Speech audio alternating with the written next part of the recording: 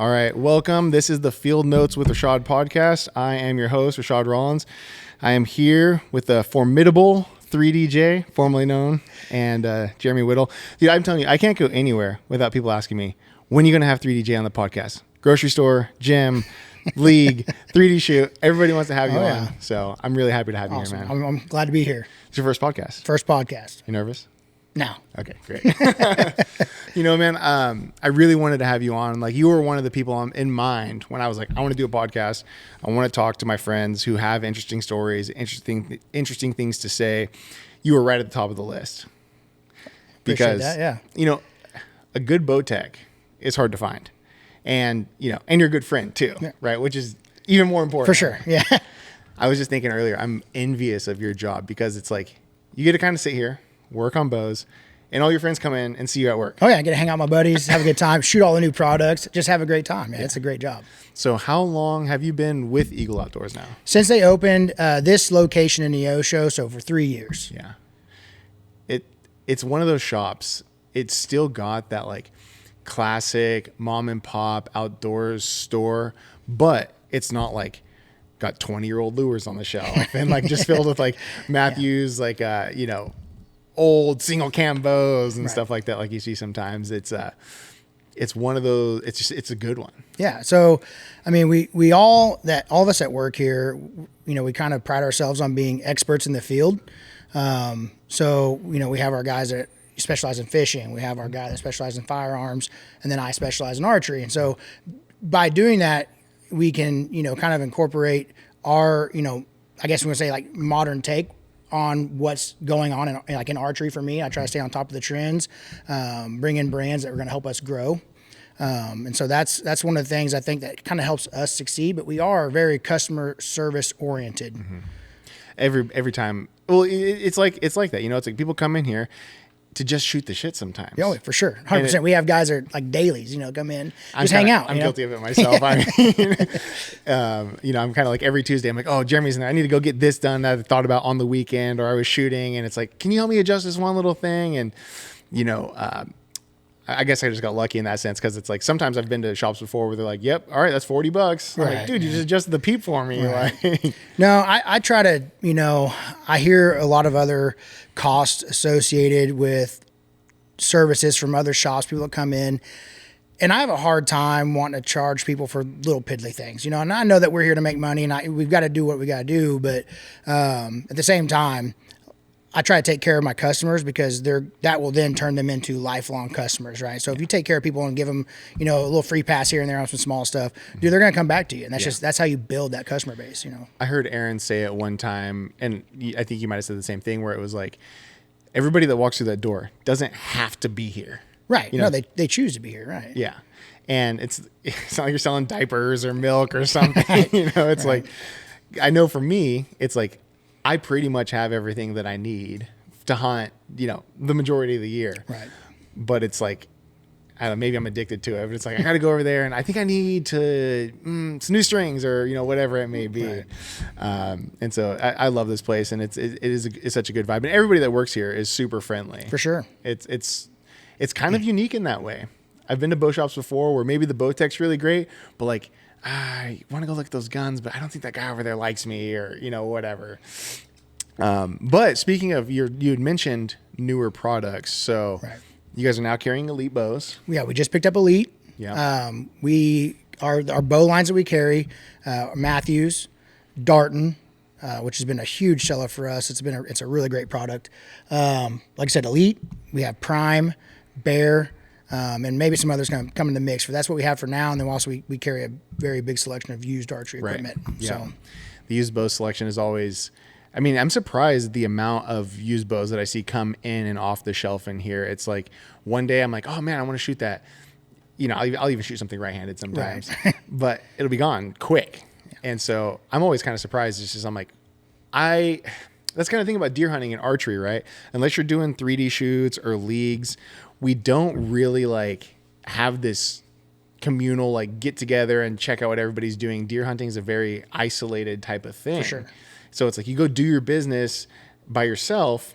Maybe you're sharing it on social media or coming in here and sharing the pic, but I mean, there's guys who are killing giant bucks that I just never even see or even heard of them. Right. Because they might only come in here once or twice a year. Yeah, for sure. And we definitely get, like I said, isolated events or whatever, customers that come in just for emergencies or what have you. But like I said, the majority of our customer base, I mean, to be honest, they're in here a lot. Like they come in big, like you said before, because they feel like it's a friendly atmosphere and they want to come out and hang out more than anything. Yeah.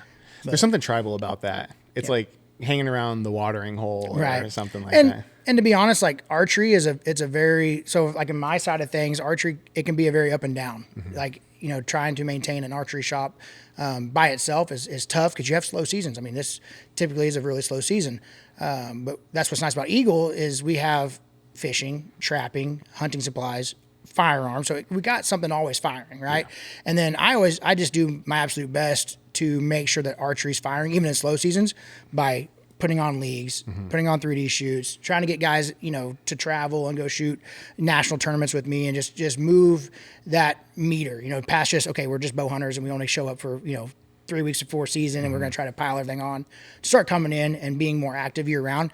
And not only does that grow that community, but it grows our business. Yeah. And it really has helped out.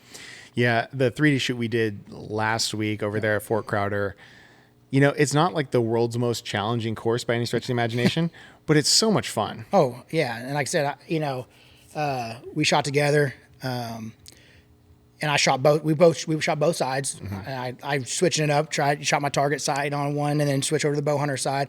And we have a really unique course because we kind of tend to both sides of that archery. Like you have like a set of targets that are set for like target archery, ASA style, and then we have our bow hunter challenge, which we're going to stretch it out. We're going to put them behind some trees or behind some brush and make it a little more challenging, because like you said, that course it's not a very challenging course. There's not a lot of steep uphill, downhill, stuff like that, but we just try to make more technical shots on that side. Do you get the same feeling like I do sometimes with like 3D targets? It always feels like it's going to be easier when you're like, oh, I'm going to go shoot a little foam, no big deal.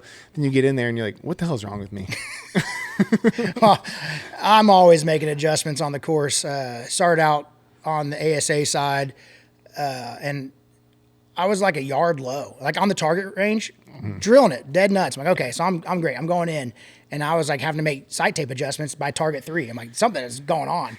And it's lighting, wind. I mean, there's so many things that change. And then like, in a tournament or something like that, nerves can play a role. But it is, you always think, it's pretty easy. And it's a pretty, the 10 rings are a pretty good size thing to hit. But there's all these little things that you don't come into, like, it doesn't come into your thoughts like, a small side hill. And all of a sudden you're not paying attention to your bubble. And now you're shooting out, 2 or 3 inches to the right or 2 inches to the left or whatever. And things like that come in that you don't see in like indoor archery. Right? Definitely happened to me. I know I think I shot a 5 on something, and I don't know what 5s are, but yeah. Well, so what happens is when you totally airball down there, and I think Justin or you had called it out and you're like, what was your level? And I was like, I missed it. Yeah. I wasn't paying attention to that. Right.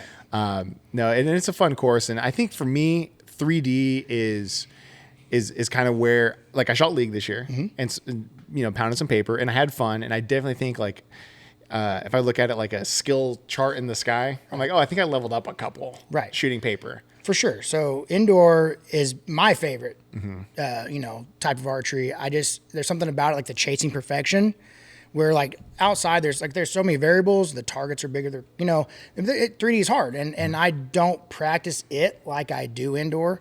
But indoor will always make you a better archer because there's no excuses. Right. There's no wind. There's no elevation change. It's 20 yards and a piece of paper, and it's repetitive, and will screw your mind, man. It really can like get in your head for sure, but it will make you a better archer if you'll just commit to shooting paper.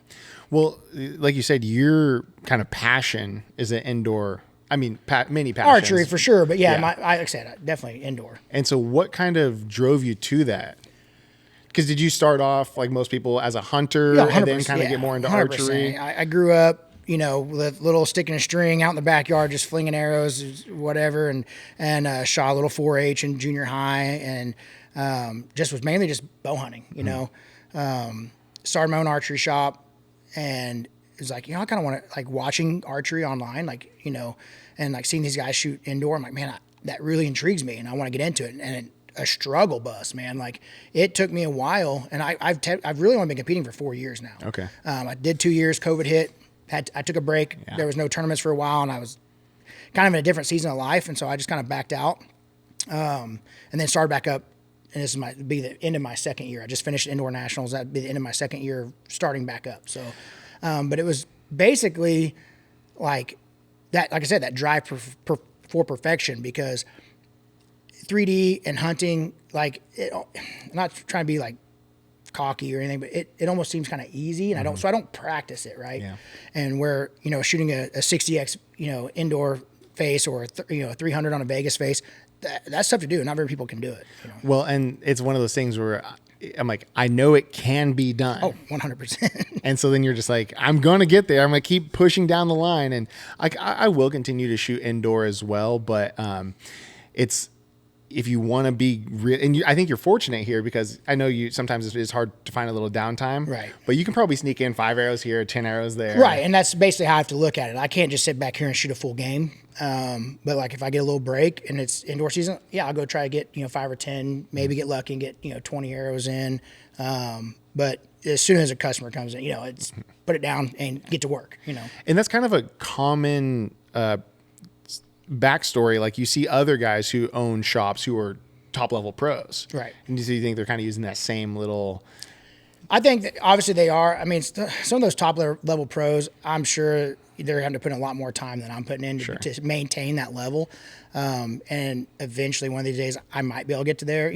But I just got to take what I can get, and even like being here, like I've tried to come in early and like I'm gonna get a game in, and even though I'm not technically on the clock yet, somebody walks in, I'm always going to take care of the customer first. So it never really works out for me to show up early and try to shoot.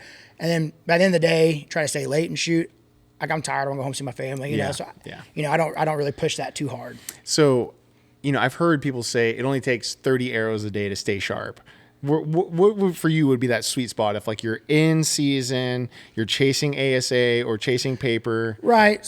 So I always tell people quality over quantity, right? So I don't really try to put a number on how many arrows a day. I would say definitely if you can get 30 arrows, or, I mean, most top level pros are probably shooting 100 to 200 arrows a day, but for me, if I can get 30 shots in a day, that's going to help me stay sharp. But it's more the focus on quality shots, like really staying focused, making sure that I'm holding my shot process is good, everything's just flowing. That's hard to get into sometimes in just 30 arrows, just getting to that flow state. So you had mentioned that you had your bow shop, and I've always thought that an archery technician, a bow technician, was an interesting career, because it's not like there's a trade school for this or something they teach in college. So how did you learn that skill set? The hard way. Yeah. I mean, so there are courses you can take to get a certification. And I looked into that, to be honest, like this is candid. Like I'm not certified, like be honest, like there are certifications. But by the time I was looking into that and I looked into the syllabus of what that course was, I'm like, I do all this already. Right. So it's like how to tie a D-loop, how to tie in a peep, how to time a cam, how to make, adjustments on a boat, like stuff that I was doing already. And like the truth of the matter is I was kind of disappointed in some of the service and the shops that I was frequenting before. And so I was like, man, I think I can do this better. And I just decided to go in and start doing it. And I had to work on my own gear for a while, work on my family's gear for a while, and then slowly build up into a business. And it was doing well. I taught full time. I was a PE teacher, and I did that full time. Ran the archery shop in the evenings and weekends. And like I said, it kind of got to a point post COVID where I was getting like almost like too busy. I know that's a good thing for a business, but when you're also a full-time teacher and a coach, and I was driving a bus, and then you run the archery shop, it was like I wasn't seeing my family. I was like, man, something's got to give. And so I actually shut down, and I was not working on bows except for like some friends, the guys that, customers that have been with me for a long time. I would hook them up, help them out of the garage kind of thing. And then Eagle, they were starting up. They gave me a call, and worked for them for the first year part-time while I was still teaching. And luckily we were able to make, a deal work out where I can come up here full-time, and I love it. I wouldn't take it back, not at all. It's definitely like one of those dream jobs, and it's because there's so few of them, right? Right. It's like, I know in our area there's probably, maybe 5 bow tech jobs, really? I'd say within an hour and a half drive. Yeah, I'd say, there's probably 5 to 10, somewhere in there. You know, I had an opportunity once to become a bow tech assistant, and the whole selling point was like, look, man, I'm only going to be able to give you $18 an hour. This is back in Oregon, which, Right. you know, the minimum wage is a little higher over there. For sure. He's like, but the skill set you're going to be able to take anywhere. Right. So he's like, if you want to up and move to Wyoming one day and set up a little shop, you will do business. Right. But, you know, how it is sometimes life is just like, I will actually die if I take that little amount of money right now. Right. And, you know, there obviously with a job like this, there's perks, you know, insider stuff where if you're in the industry, you get some better deals on items, and that makes it go, takes that and stretches that budget, you're right, a little bit, because I'm not having to pay full price for my gear, which is a huge thing for somebody that's in it every day, right? Well, and you're the best for that, right? Because you started shooting Darden at what bow? How long ago? So I actually, the first year I started working here, I shot the Darden Prelude 32. It's a hunting bow, and that's at that point, that's pretty much all I was doing. And then went, and when we first got Matthews, I shot the lift, and I shot that for a while. But just to be honest, like the first time I shot the Darden Sequel 35 ST2, I sold my lift the next day. Like that bow just blew my mind on how adjustable and just how smooth and how well it shot. So for the last 2 years, I've been competing with Darden. I've shot pretty much all the bows. I mean, I've shot the Exodus, I've shot the Departure, I've shot the Sequel 31, the 33, the 35, the Tritech 31, 33, and 35. And so, I've kind of been on that Darden train right now. And I have no complaints. Like great bows, great company. Yeah. And so I definitely have no qualms with what's going on right now in that area. I was really impressed with the interview with the owner of Darden. I forget his Randy name. Kitts. Yeah. Randy, Kitts. yeah. Amazing guy. For somebody who clearly has it figured out, you know, financially, company wise and everything, it's like, dude, you could meet that guy at a gas station and he'd, you know, give you whatever, right? He seemed like the most down to earth. Very humble and very, down to earth guy. Met him a few times. Super great guy. And, you know, with the emphasis in his business on sharing the gospel, which is huge. That's awesome, you know. Some people are afraid to share the gospel and intermingle that with business. Right. And I don't know. I mean, I don't see why, you know, what the problem there would be, but I do get it. First, you know, for a lot of people, it's not their cup of tea, but that's what I like about Randy is like, he's not afraid to push that. And has great company, like not just Darden, but Black Eagle, Conquest. Like he has three really, and like I run all their stuff. Like I run Black Eagle arrows, I run the Conquest stabilizers, I run the Darden bows, like, and I compete well with them. Like I'm shooting a 35-inch bow for indoor, which not a whole lot of guys are doing. You know, most guys are shooting 38 to 40-inch bows. And I'm stacking right there with them. Well, this is probably a great time to mention that I too will be shooting Darden and Conquest now. Thanks. You know, you helped set up that pro staff deal with Darden. So I really, really owe you a huge favor. Definitely, on that man. Like we want to grow not just archery, but like I said, I'm all about like what Darden's doing. So I want to try to grow them, and they honestly have been the best seller in our shop anyway. Like they just blow it out of the water. Like they have a great bow. So I am excited to bring you on and get you on staff with them. So, well, I've shot the products and I've seen them, you know, field tested for a couple years now, watching you shoot them. And I mean, all of our friends in this area shoot them now pretty much too, you know, and if they don't, they probably will soon, you know, it's just one of those things, but it's just, I think Darden has something really special right now, and they're making, because I remember there was a video that Lancaster did when it seemed like Darden is now coming onto the scene, and they were talking with one of their engineers or product specialists who was a great shooter in his own right, but it wasn't like a name brand guy really. And I was like, oh, and they touched on the emphasis there where, you know, the Darden technology, that was the whole thing for the longest time, is like, oh, all your favorite bows have Darden tech on them. For sure. So it was always kind of me. I was like, why don't they just kind of have their own thing? And then Randy buys the company. And is clearly, you know, got a bulldozer and is just coming for the industry. So, you know, holding on, you know, to that technology and building the bows that stepped up into the kind of modern era, especially tuning systems and stuff, there is second to none. Like there's not a single thing that I can't do to that bow to make it shoot for you. Right. I mean, it's the most adjustable bow that I've ever put my hands on. Well, I'm telling you, I'm calling it right now. Let it be known for the record, Darden will get bow of the year this year. Oh, I don't see how they don't. I mean, honestly, like I've shot most of the bows on the market, and I still don't even want to move off my, like, there's not a bow out there that I want to move off of to shoot. Like, darting is it. And we see, speed is always kind of a thing. Right. But the industry is moving towards a tuning feature standard. For sure. And you can't, other companies have some tuning features, but it's hard to hold a candle to what Darton is doing with those tuning features. Right. And so there's several companies now that are offering some sort of limb tuning and cable tuning system. The simplicity in Dartons, though, it's hard to beat. Now, where they shine isn't just in the tuning system, though, but for me is like when you buy the bow, you get the smooth mods that are on it. You get speed mods. There's an option for a 75% mod for guys like me that like to hold a little more weight, like a little bit more holding weight there. And then you have 1/4 inch draw length adjustment now and 2 different sets of stops. I mean, I can set that bow up for anybody and make it shoot exactly how they want them to shoot it. They want a little valley, can do it. They want no valley and a lot of holding weight like I do, I can do it, Yeah.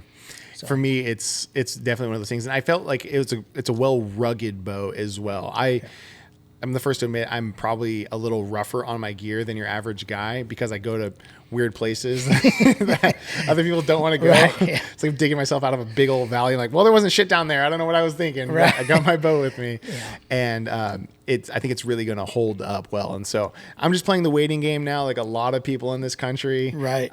So with great demand, right, comes some weight. And I got to tell guys all the time, you got to be patient. Like, it's a great bow and everybody wants it. So, unfortunately, lead times are a little pushed back. Some bows were getting quicker, some bows were not. So, but overall, like I said, it's worth the wait. Yeah. Like, it's a great bow. And for what it is, too, it's also a fast bow, right? Right. So if we're chasing speed, it's like you're not compromising that. No, and if you want that smooth draw cycle, keep the smooth mods on. It's not a slump by any means. They're a slouch. It is fast. You want that little extra speed, throw those speed mods on. You're gonna get 6-7 feet per second out of it, and that's a lot, But what I love about their speed is their honesty with the speed, because there's, I don't know how many bows out there like, oh yeah, we're 348 feet per second, and then you shoot it with a standard arrow, let's say a 450 grain arrow or whatever, and you're coming, even if you do the math and come off IBO, you're still 12 to 15 feet per second away from what their claim is. With Darton, every one of the bows that I've owned and I've shot have came in over their IBO rating by a foot or two. Not like a crazy amount. Under promise and over deliver. Right. That's how, exactly. Instead, like, you get these companies that are like, oh, we're this fast, and they're not that fast. Yeah. And I think we're starting to see the trend of other companies being a little bit more honest with their speed ratings. Right. Well, now everyone's out there testing their bows like crazy too, right? I mean, the Garmin is such a when that thing dropped, I was like, oh, you don't have to shoot through this giant... Right, a tube, or trying to figure out this little perfect I was sweet spot. scared to shoot through those chronographs. I'm like, man, I don't want to pay $300 if I break this thing. Yeah. Yeah, no, the Garmin is crazy accurate. I build sight tapes for people. Guys are traveling across the nation to shoot tournaments, and they come to me to get a sight tape. Because between the Garmin and precision cut archery, like, dude, you can build a perfect sight tape. So we did precision cut once on my old site, but how does it work exactly?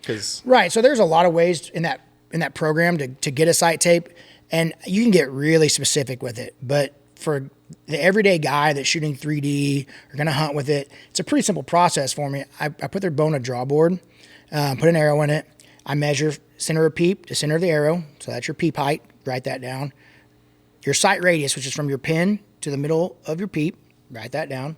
And then you take your arrow weight and your arrow speed, which I said with the Garmin, you can trust it. Like, I'll usually have them shoot 3 arrows, get an average, but that average, you put it down, and then I literally type in that information. And then the most important part is figuring out your area that you're going to hunt in and their density altitude, right? So I've got guys right now, they're heading to ASA and they're shooting down in Georgia. Well, their density altitude is a lot lower than it is here.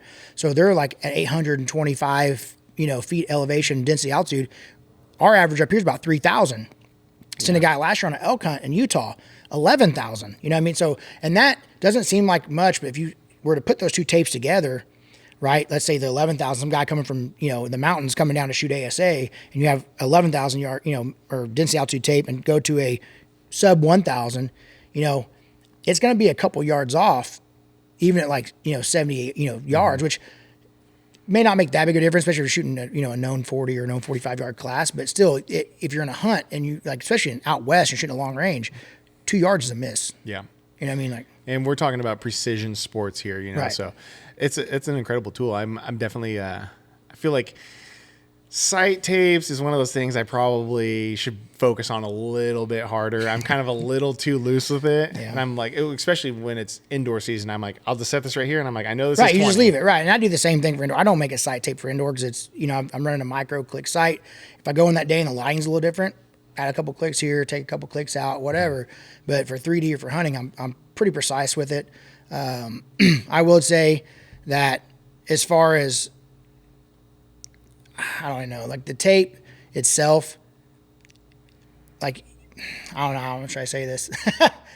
It's a big deal. So I used to go about it by like having to shoot it in, and there's human error in that. So by using this program, it eliminates human error because your sight tape is mathematically set up for your bow, your arrows, everything's going on. Unless something major changes, you change arrows, change your draw length, or, your poundage goes down, it's not going to change. But like for me in the past, I'd have to sit out there for a day, shoot my 20, shoot my 40, shoot my 60, shoot my 80, and I get 4 marks, and I had to go through the book, find which tapes lined up, which they were accurate sight tapes, but I had to eliminate that human error aspect. Like you had to just shoot and shoot and shoot. Like, well, was that a good shot? Was this not a good shot? Did it hit? The thing that I always hated about those books too is I'm like, I don't freaking know where 60 is on here. Right. You just got to kind of guess. And it's like, okay, well that's too high and then too low. And you find that little sweet spot. But so you trust the numbers, the math on that precision. 100%. Okay. And I've got, like I said, I'm setting up sight tapes for guys that are traveling and shooting in national tournaments. And they come to me, and it's their second year coming to me because it works so well. Yeah. Like they go to a new spot. We figure out the density altitude for that spot. We make them a new sight tape. Yeah, that's great. I like doing it because I was shooting the CBE sight, so I was like, took the print out and then put my little tabs over it, and I'm like, okay, I think it's a J. Yeah, it's definitely a J, Right. And then do that. But I think I'm going to get away from that sight because it's nice and having that little metal deal there, Right. But it's limited, and this is so silly, but it's like I couldn't shoot out to 130 yards even though I had the clearance. Right. I wanted to, but I could only, it would roll past the 120 mark into 130, 140. But there was no sight tape that went long enough. Right. Yeah. So I'm going to go back to a wheel, I think, that can go Right. even higher. And there's several sites out there that have that option. Excel Driver, for one, it has tapes that go out to 130 yards, Okay. Yeah. in the packet with it. As long as your bow is fast enough, which you don't have that problem shooting the long draw length. So, Well, and I'm excited to see, because right now I'm shooting a 33-inch bow. Right. I'm still shooting the Elite, which is a perfectly great bow. right. But, man, there's just something about that dart. No, for sure. And nothing against Elite. I shot Elite before I shot Darton. Like I was an Elite dealer in my shop, and they make a great bow, and they have a lot of great tuning features. Yep. But like, there's just something about the way that Darton shoots for me that I just can't put it down. And I think so there's this thing where like when a company's kind of coming on and new, it's there's like a certain fire that they have. And it's like, I wonder if, maybe even their manufacturing, whatever, it's like, they might not be running at the widest profit margin possible, but they're like, I don't give a damn. We're going to put out the best product possible. Right. And so the crazy part is Darton's one of the oldest bow manufacturers, but we got to look at them in a new light, right? And they took new ownership, 4 years ago. So it's almost like, at this point, it's almost like a new company, right? And even though it isn't, it's, but They still get to say we've been in business for 70 years. Or right. But yeah, they have really pushed the envelope in the last few years on, how well a bow can shoot, in my opinion. And so you're shooting Black Eagle as well. Yes. Yep. Which ones are you shooting for hunting this year? Well, we'll time out there. I shoot Black Eagle for my target stuff. Oh, okay. And to be that, I don't want to single myself out to one company basically. So for hunting, I actually shoot gold tip. Right. So I shoot gold tip quantums to hunt with. I'm actually trying them out this year. Last year I shot the Valkyries, which actually are a discontinued shaft. Okay. I had a hookup on them, and I love that shaft. It's just probably one of the most modern, cool looking shafts. And I loved it, so I got some. But for target stuff, I bounce back and forth between the PS27s for indoor, and I run the PS25s for outdoor. Yeah, I got it. And you're in that position where it's like you're kind of obligated to shoot a little bit different stuff. Right, and that's kind of where I was like, I don't want to just only shoot one company as far as arrows are concerned, because I want to try to sell everything we have in the shop. And to be honest, most guys come in, they want to know what I'm shooting, and that's what they're going to pick, right? Yeah. And not all the time, but it is a lot that way. And our sales for Darton and Black Eagle, have skyrocketed over the last couple of years. Just basically all I've shot. Yeah. I always find it fascinating too, how much one person, whether it's online or behind a bow shop like this, can influence, equipment sales. For sure. It's impressive. Yeah. And I've kind of noticed in the trend, like talking to some pro archers and stuff at these indoor events, where they're like, if you're winning, it's great. There's not really a whole lot, the company expects you to do, but the trend in the whole market, there's a moth in here.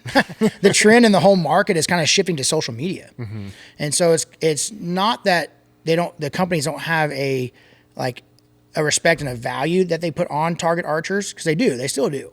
But seemed like a lot more trend going to social media, because, let's be honest, everybody's on their phones, and you're seeing these guys that are shooting this product, and they're putting in your face every day, and that is going to influence you towards that product. So even a lot of these target archers are trying to scramble and get into the social media presence. They already have a great platform. You're a world champion, Vegas champion, Lancaster champion, whatever.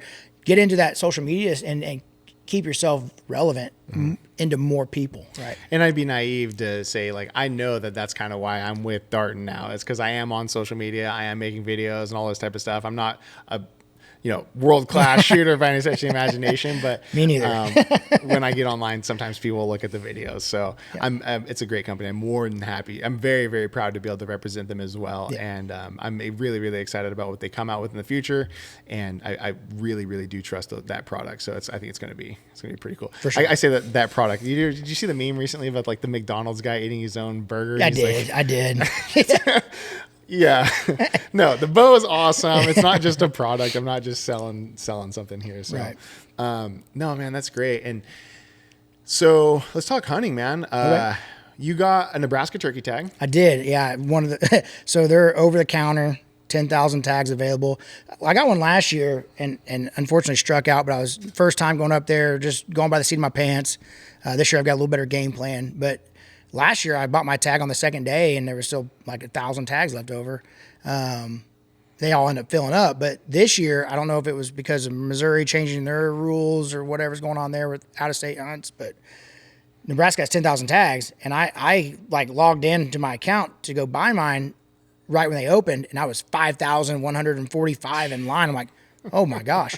And they sold out within 2 hours. Yeah. And that system will probably change. Idaho used to be in a system like that. They changed it recently because sometimes the website would crash. So say you're 5,000th in line, right? Crashes. And then you lose your spot. Right. Right. And it'll probably end up going to a draw if it stays like this, I hope not. I know. But I know. For sure. That's where, it seems like a lot of states are going to. And Missouri is still, by far a better turkey hunting state than Nebraska as far as numbers, like harvest numbers are concerned. And I don't take that for granted. I love living in Missouri. We have great birds. Now we have one subspecies. Mm-hmm. The cool part about Nebraska is you have 3 subspecies in one state. You can kill Merriam's, you can kill Rio, you can kill Easterns. And obviously I'm trying to get my slam. So Merriam's is on the ticket. So I'm driving as far as I can into those mountains to find a Merriam. You know? Oh, which, I forgot, I didn't tell you, my buddy Cole, who I interviewed recently, he actually runs an Osceola camp in Florida. So when you're ready to do the Osceola, let's go. That's because once I get that Merriam, that's the last one on the docket for me. So you're going to chase Merriams this year in Nebraska. Yeah, and I got into some last year, and they just wouldn't. They didn't want to budge off of private. And I was there early archery. It was snowing. I was hunting in 3 inches of snow and 20 degrees. It was brutal. Yeah. And they just weren't reacting to calls. So this year I'm going with a little bit different game plan, because they're kind of at this stage in the year. They're in more of dominance pecking order stage, and I was going up there like a guy from Missouri who's used to hunting late spring, and they're in leftover breeding, trying to find hens kind of thing. And so I went up there, I'm just calling. I've had birds walking by at 60 yards on private that I can't shoot at, and they're just looking at me and just keep walking. They did not give 2 craps about those hen decoys. I think if I'd had a tom out there and been gobbling at him, I probably could have enticed a fight and got a shot. So that's kind of the game plan for this year. Yeah. No, that'll be sweet. And so that archery season, it's before, so essentially pre-turkey rut. Right, way before. So they actually, it's like the archery season is by itself. It starts March 25th. And then that's coming up. Yeah, I'm leaving next week. Oh, no kidding. and then it's like a youth season, okay. And then it goes into adult season. But the cool part about Nebraska is like, if I don't get one with my bow, which is always obviously like what I want to do, I can get done with Missouri season. I still have 2 weeks that I can go up there and still try to kill a bird with a shotgun if I want to. Yeah, I can still take my bow, but let's be honest, if shotguns are in play, I'm taking a shotgun. Well, that's what I want to do this year. You know, I drew a Kansas turkey tag, which is funny because like everybody I talked to was like striking out, and some people were like, I think Kansas is screwing over the people, and I don't know who's drawing these turkey tags. I'm like, I did.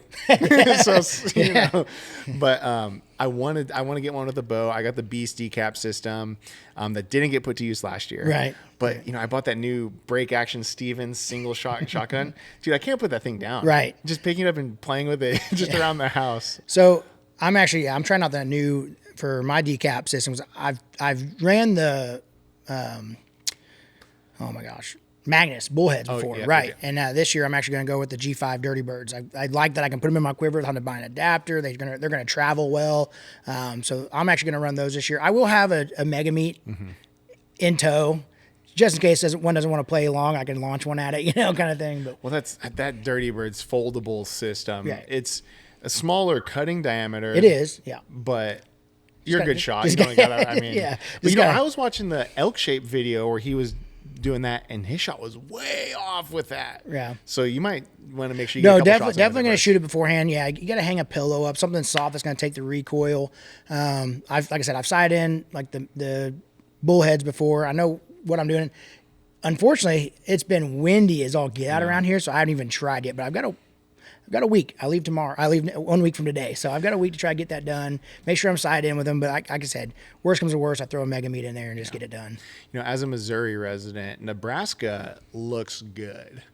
Like I'm looking at it. I'm like, dang, because I'm kind of getting the upland bird itch a little bit, and southeast Nebraska and southwest, like I mean, a lot of Nebraska has good upland hunting, and you can be in a good hunting zone in 5 hours from here. Right.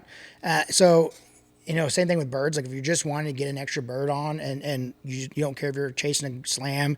I mean, from where we live, I mean, within like 5 hours, you can go kill Easterns, Yeah. I'm driving about 12 and a half hours to go get into the Merriams, but that's the choice I'm making.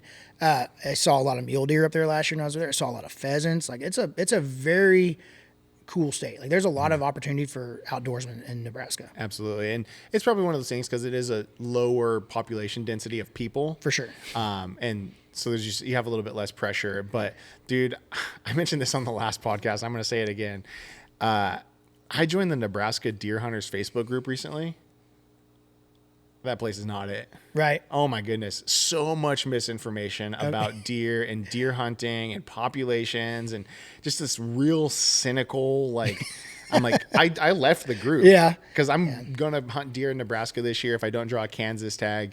And I have some points to do an antelope tag. So, that's a September tag. Right. So I'm still like, do I want to go hunt elk? Do I want to get an antelope this year with my bow? Because it's non-resident, it's archery only. Okay. For an antelope. Okay. But, I had to get up out of that Facebook group, but that northwest part of Nebraska, kind of where you're going to be. That's from, yep.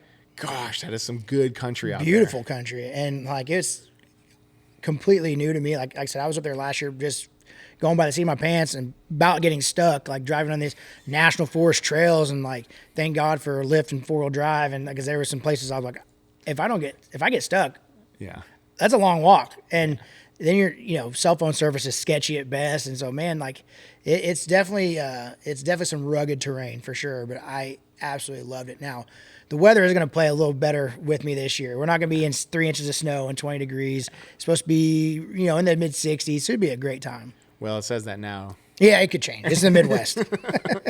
Yeah, we had snow, this weekend? Sunday. Yeah, we got done. Like we were literally pulling targets from the range, and I was getting pelted with sleet. And then I'm like sitting upstairs with my family afterwards. Of course, we're all exhausted from working the range all day. And then I like look out my window and it is snowing sideways because it's snowing. And then the wind's blowing 45 miles an hour. Like, this is ridiculous. Yeah. It was 70 degrees 2 days ago. And it's Wednesday now. And this Saturday, it's supposed to be 90. Yeah. So it's just, Welcome to Missouri. I know. But I love it. I would rather have real seasons, right, than like just sort of moderate, just the whole time. It's like we have good hard winters here. We have good hot summers. Fall and spring is great. It's the best time. They're just too short until the ticks come out. I love fall and I love spring, and to be honest, I'd rather be freezing cold in the winter than hot in the summer. I'm not a heat guy. Just being honest, it just drives me nuts. Well, it's funny because we've been looking at houses lately, and I was telling you, and there was a couple of them that had pools. Normally, I've never been like, I want to buy that one. I need a friend with a pool, right? Oh yeah, if I do, your family's more than invited. You guys come over and we all have a good time, cook out some barbecue or something. Yeah. And looking like more of a necessity now though. But you were telling me the other day, turkeys is your thing for sure. Like, so, I mean, don't get me wrong, I love deer hunting, but I would give up deer hunting if I had to choose one. Right now, turkey would be my thing. Now, I've never hunted elk.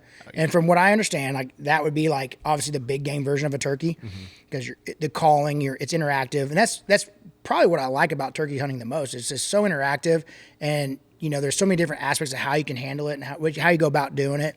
But yeah, turkeys are definitely like my number one right now. Like I love turkey hunting. Well, there is some parallels to elk. People on the internet hate when you say turkey hunting is like elk hunting.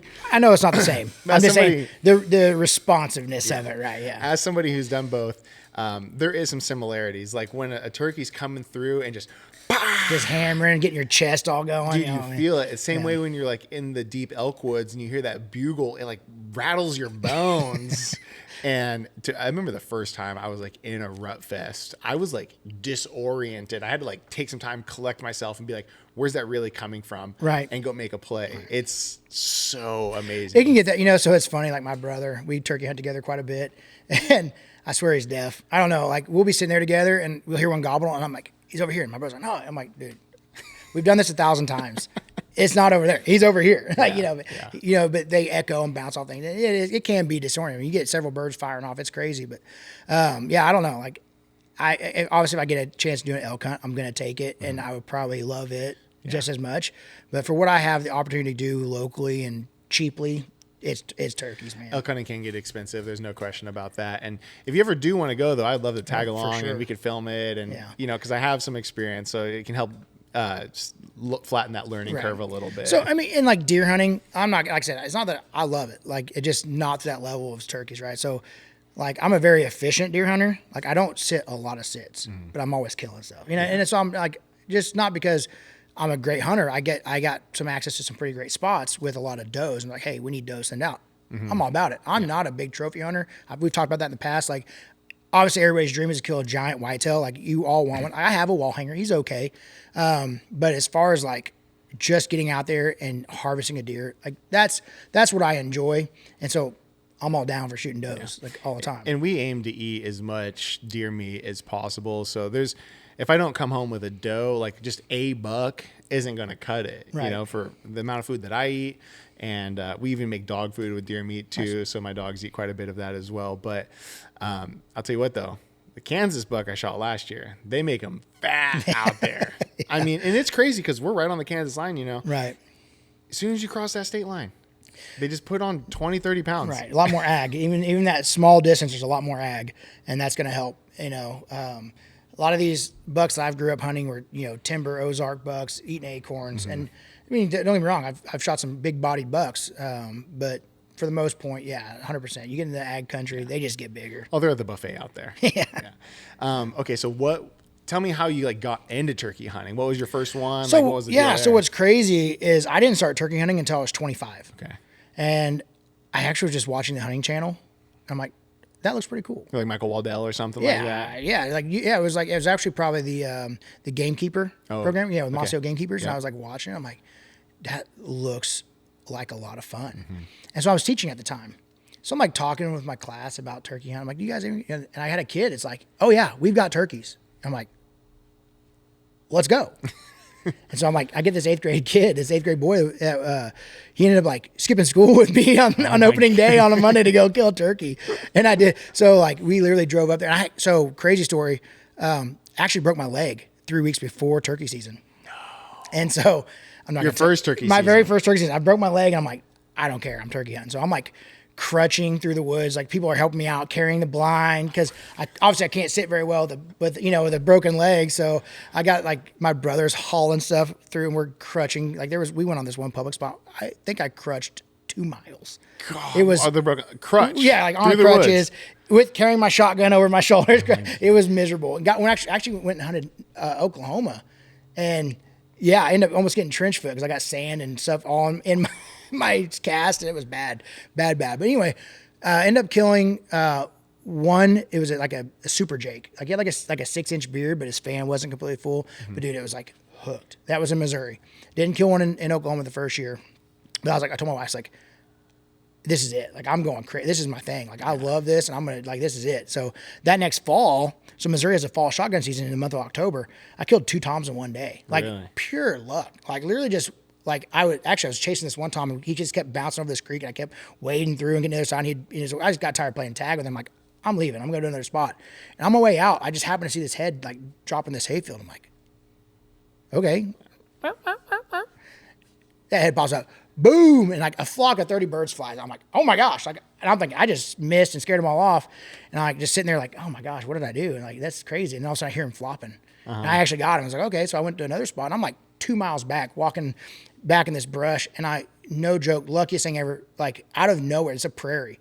And out of this thick prairie stuff, just 5 toms just pop out. And I'm like, last one, boom, done. Tagged out one day. I'm like, this is awesome. That is awesome. And it's just like you get the bug like that. Oh, yeah. And then, so, I mean, I don't think there's been a year since I started where, I haven't at least killed one. Definitely, most years I tag out. And it's just such a fun thing. Like Missouri has it scheduled, like where you can't kill. In the fall, you can kill 2 in one day. But in the spring, even like I usually kill one opening morning. And then I spend the rest of that first week just helping buddies. Like I call for them, whatever, get them set up on birds or whatever. And then I go right back into hunting again and, try to get some other guys. So I got, 3 or 4 guys that I turkey hunt with, kind of bounce around. We all kind of help each other out. Either I help them because they have the access or, whatever.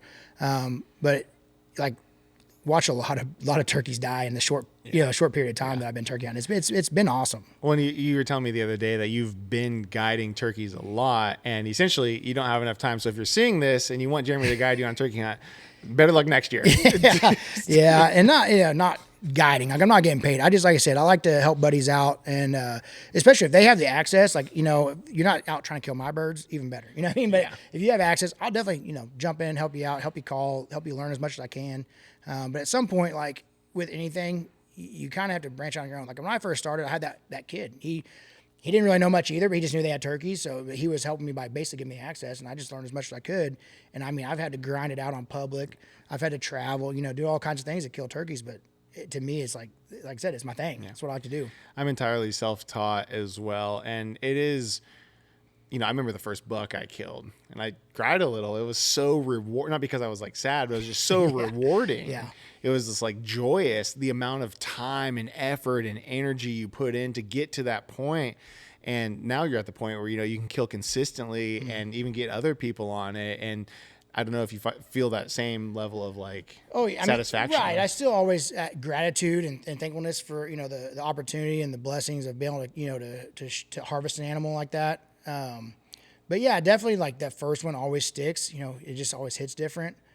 Like I killed 7 deer this year, and not that I'm like, just another deer, but it's, and a lot of it was for a good cause. I was donating, most of that meat to charity. You doing the share the harvest for some of them, then some of them I donate directly to a local church. Okay. And then and I keep a couple for myself, obviously. Yeah. But. Yeah. And so now do you feel like Jet has got the turkey bug, your son? So that dude is a turkey killer. Like I grew up in McDonald County. There's no turkeys to be hunted back then. And so it wasn't ever a thing. I didn't even know about it, but like obviously me having that, like go get him, want to kill turkeys, his first year, he shot a Jake. We had like 13 Jakes come in, and it was kind of tough. I'm like, dude, you can only shoot one. Like make sure you pick out one. Like when one gets by himself, so it was kind of like one of those moments where I was like, please don't kill 2, kind of thing. And then last year he killed an absolute stud on public land. So if you talk to him, he's like, you know what I mean? But he's always down to go. Well, because didn't he kill a pretty big deer his first deer too? Yeah. His first year, you also have a great spot set up, and we're past like 5 or 6 deer, and he's like, let me shoot that one. Let me shoot that one. And I'm like, dude, it's a 6-point. Let him grow. Like I promise you, if you let that one go, there'll be a better one. And like I'm over here like looking at this doe like 10 yards from the blind, like coming at us, and all of a sudden he's like, Dad. I'm like, what? It's like, there's a good one. I'm like, he's 35 yards. I'm like, shoot him, you know? Yeah. And dude, it just drops him. Yeah. So, you know, first year he's got a buck that would be like my number 2. Wow. You know, like what I feel like. I hope he sticks with it, because you hear sometimes people come out swinging super hard and like fall off. Right. But you know, with you being so involved in the industry, that probably. Right. And that's one of those things, like, and I've had some conversations with him and with other people, like, you know, it's almost like when you have the access, you don't drive for it as much. I don't know. Like, so like me as a kid, I would have picked up archery and been like, if somebody was like, hey, you know, you can be a competition archery shooter, you know, like I'd have been all over it, but I didn't really have access to it. Right. And so it's always like what you have, you're always looking for something different. Right. And so like Jet, I'm like, dude, you know, you have a dad who knows how to set the bow up and get you shooting great. And he does. She does shoot. And he does like to shoot. But it's like, I'm thinking like, dude, you could take this pro if we do this right, you know? And he's like, you know, I'm gonna do parkour. Oh, cool. Right. You know, great. Like, and he's an athletic little dude. Yeah. But it's just like completely out of my wheelhouse, right? I'm not a parkourist. Well, and I'm not a parent, so I'm probably speaking out of turn here, but I feel like kids and, you know, are going to wander, but if you kind of have this consistent archery thing for him to fall back on, as he gets older, he might develop that greater appreciation for it. And so, I mean, his first time ever shooting a national tournament, I took him up there, and of course he's shooting the Cub bow hunter. Took 3rd place. Okay. Never really competed before. Took my wife up there, she won it. That's and the awesome. female bow hunter, I'm like, wow. And then I'm over here like I rode the struggle bus that day, like hard. Or actually those 2 days. Yeah. So I was like, everybody's giving me crap, like, oh yeah, you took your wife and kids and they win, they get on the podium, and where are you at? I'm like, okay, come on now. Come on now. So you were, I want to touch back again on the turkeys here for a second. Okay. You were talking about the fall turkey season. So what kind of, if you were to give some tips and tactics for hunting turkeys in the fall versus the spring? Right. It's completely different. So, and like I said, I've only actually shotgun fall turkey hunted one time because it's October. And like, dude, and to be honest, I love turkey hunting, but my gears are in, like, I'm trying to get as many deer killed as I can before. I usually don't hunt after rifle season. Okay. Because rifle season hits and my archery gear game just goes straight to indoor. Yeah. Like, I'm not focused on bow hunting at all anymore. So I try to kill as many as I can before November. So I haven't fall turkey hunted since that first year where I, like I said, got lucky as I'll get out and doubled. But the setup is completely different. So, you know, in the spring, you're taking decoys out and you're calling to them. You try to get them roosted or whatever. You try to call them in to range. Like, fall turkey is not like that. Like, and it's crazy to think that this is how you do it. But you literally try to find a flock of turkeys and you scare them off. Like, you go bust them up. Okay. And then you go right to the middle where they were and you set up and you start like kiki-ing or some soft yelps. And all of a sudden, because in that time of year, they're in flock mentality, right? So if you can scatter them, they all want to reconvene. So then if you can be that, hey, I'm over here, reconvene, they kind of come back in. Really? Oh, wow. And what's crazy about the fall, like, and I haven't looked at regulations in a while, but you could kill either sex, which I'm not about shooting hens. Like, I don't want to shoot a hen ever. No. But if you're out there and you're trying to get, struggle and trying to get that first bird, it is what it is. But, like I said, I'm definitely not for shooting hens, but I know that it happens. And like, so if you're in a lucky enough spot where you have turkeys year round or you have turkeys that come in through the fall, bow hunting is always an option as well. So it used to be part of your regular deer tag was to get turkey tags. Now it's a separate thing. I still buy them. I don't ever really have a place that I hunt deer that has turkeys on it.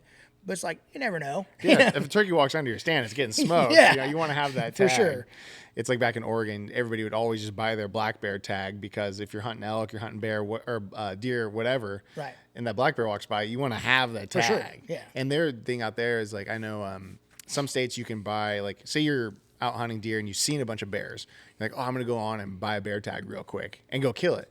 Well, they don't want you to do that. So you have to have that bear tag before the season starts. Okay. I don't know. I can't remember how Missouri is. Missouri, everything's on auto pay for me. Right, right. So Missouri, I actually ran into this year is I shot a doe and I had a tag for her. But I look okay, that was my last tag. Because at this point, I'd already killed like 4 deer and I'd ran out of because I always buy my any deer tags. So I say those were bucks and I bought 3 doe tags. Well, this is like, I shot the 3rd doe and I'm like, it's early. It's like daylight. Like, it's just getting daylight. So I'm like, get on my app, buy 3 more tags.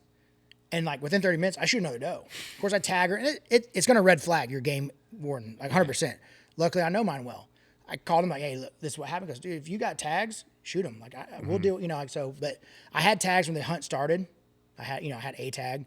And so technically I was still legal, but it's gonna red flag Yeah. your game warden. If you're buying a tag and 5 minutes or 30 minutes later you're shooting a, or Well, because they tagging think, a deer, oh, you shot this deer and then now you bought a you're- tag right, real right. quick. Yeah. But that's the nice part about having the app. You know, you can buy that right now, Yeah. and you're good. I mean, yeah, they might come talk to you and question, but if you can prove, like, I always take a picture after I kill it. You know, hey, that way it's time stamped. And then, hey, I bought the tag at 7:20. Yep.